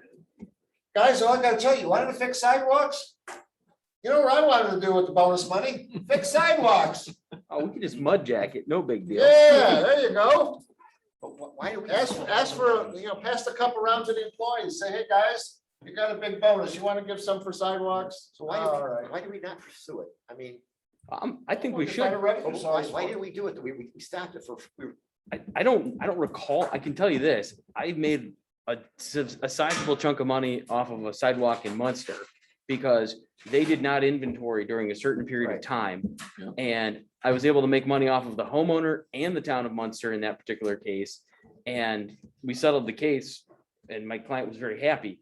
If we don't do that in Highland, we're putting ourselves at potential risk of a lawsuit. there was wording differently through Highland and Munster. I remember that part of the conversation, because we do have someone go around doing inventory, but we didn't follow through what we were gonna do. I thought when we discussed it that night, I asked Mark Canisa, he said that there was a list of really bad sidewalks, and I never heard back from him. That's why I think it fell on deaf ears. Well, I've never seen that list. I haven't either, but I think I remember he said they do have a list someplace. We need to put teeth into it to say, because I think what Mark was saying was, they tell them, they send them a letter, they blow them off. Right. We need to be able to say, okay, here's what it is, boom, we're doing it. And we also had to determine who is gonna be in charge of enforcing this. Was this gonna be Ken That's Micah part or of was it it too. gonna Yeah, be yeah, exactly, right. Kniezek? I recall one was being replaced and the owner was complaining that they came and took out the piece of sidewalk. And it took a substantial amount of time to relay that portion. So there was even a bigger hole, those things are several inches thick. Well, that has to be coordinated, obviously. And by the way, some of this stuff, you don't have to necessarily rip out sidewalks, right? There are definitely ways to like, if it's only like maybe an inch off, this mud jacking technique, they actually have basically a guy that goes in there and he pumps up like to like a lowered sidewalk, you can pump it up. I've done that in my association, but I've also tried to have some sidewalks that are like that. And what's happened is because the way ground is slanted or whatever, water flow has gone under the sidewalks and it eroded it. Mhm. And so at that particular point, you gotta pull the sidewalk out, put a Right. new base down and a sidewalk. So it depends on what's caused it. Sure, I'm no expert on this at Yeah, I mean, all. if it's a branch, from a tree that's jacked one up, you maybe take a sidewalk, cut the branch off and lay it flat, But we really should start, should get a hold of Kniezek and say, okay, Mark, we gotta really, start doing this and whatever teeth we have to put into it to do it. And then somebody's got to start assessing those homeowners if they don't do it. And that's going to be the difficult, I mean, as policymakers, that's always difficult because guess who they're going to call the minute that they get a bill. The way the Barrett law is written, I think was the difficulty for you. We had this conversation, the council actually has to impose the assessment. Right. It's not administerial. It was just done on Jewett. Yeah, Yeah, we just did that whole block. but you had 85% asking for it. Right. I'll just tell them to call Mr. Hare. That's fine. I think we have to do it. Yeah, goals there. That's okay, yeah, we should proceed, we should do it, yeah. Yeah, I know. All right, gentlemen. I got two more. Oh, two more, I'm sorry. Okay. Okay. Item number two, we had started a couple years ago, we actually put money in the budget. If you look at Fifth and Ridge, if you look at Highway and Kennedy, we started putting those lighted signs up. We stopped. I think, Michael, we even took it, maybe taken out of the budget, because we used to put it in there. We wanted to do 2 or 3 a year, just to, because it adds to the community. I would like for us to consider that again. One of the areas we've talked about doing was Lincoln and Kennedy for Lincoln Street, and then putting an arrow Lincoln Center this way. Along those lines, off of maybe Second and Ridge, downtown this way, Lincoln Center that way, Ridge Road, but think of some areas that it's 2 or 3 or 4, whatever, just, maybe, I don't know, wherever else, but think about areas. We wanted to talk about Figure out how doing. much it costs and which ones you want to change. We have that, Yeah, yeah. Go ahead. Pursue it. so- What do you mean lighted signs? Am I missing something? It's lighted, yeah. Yeah, it's The not- names of the streets lit Ah, okay. over the Yeah, we got a intersection. light Oh, that's bulb. actually nice. Yeah. I've seen that like in Michigan. Right, Very nice. we got 2 of them up right now. We Oh, wow. started Okay. 4, 4. Kennedy and Highway and Ridge and Fifth. That's 4. Yeah, okay. Ridge and Fifth's the one I was. Cool. Okay. What's the last one? And the last one, this actually came from Mr. Zeman. I picked him up the other day. Off the floor? We put those no horn sounds in, one only at Kennedy. And ideally, it's just a strip of concrete. Now, it's more complicated than that, but if you look at Main Street, maybe Cheryl would go on with us, as well as maybe Grand Boulevard. There's no difficulty, there's no streets coming onto it. Just put that concrete barrier there, or put the railroads, NS, and we could have 2 more, no horn signs. So if you go No to Ridge train Road, whistles is what you're saying? No horn thing? No train whistles. No For the train. train whistle, yeah, Oh, Yeah. okay. yeah, Yeah, I was Yeah. confused as Horns, I said, well. what do they, car horns? Like at 2 in the morning. yeah. I don't, I mean, there are crossings where it says no horn whistle. Exactly. Go down Kennedy through Griffith, that one says no horn whistle, just got the ding, ding, ding, ding, ding. You gotta work with the railroad, okay, but with those 2, and take a look at Kennedy, that's where we have it right there, where site services at, that's where we did our only one. And we talked about doing other ones, so look at that too, because Is there like a public outcry for this? Or Yeah. I'm not, nobody's ever mentioned it. to me. Yeah, I don't know, that, it's mostly industrial about, Port Street there. It was just I don't know. an idea. I mean, there's Henry Street, but I don't know how close. Yeah. It was just an idea. These are, I'm not saying it's a bad one. I just didn't know, I didn't know what, like, I'm happy to entertain it, but people have not called me or No, emailed me may about it. not, yeah. Okay, anything else, Mr. Aaron? That's it. Thank you. All right, Okay, meeting adjourned. thank you. Thank you, Jesus.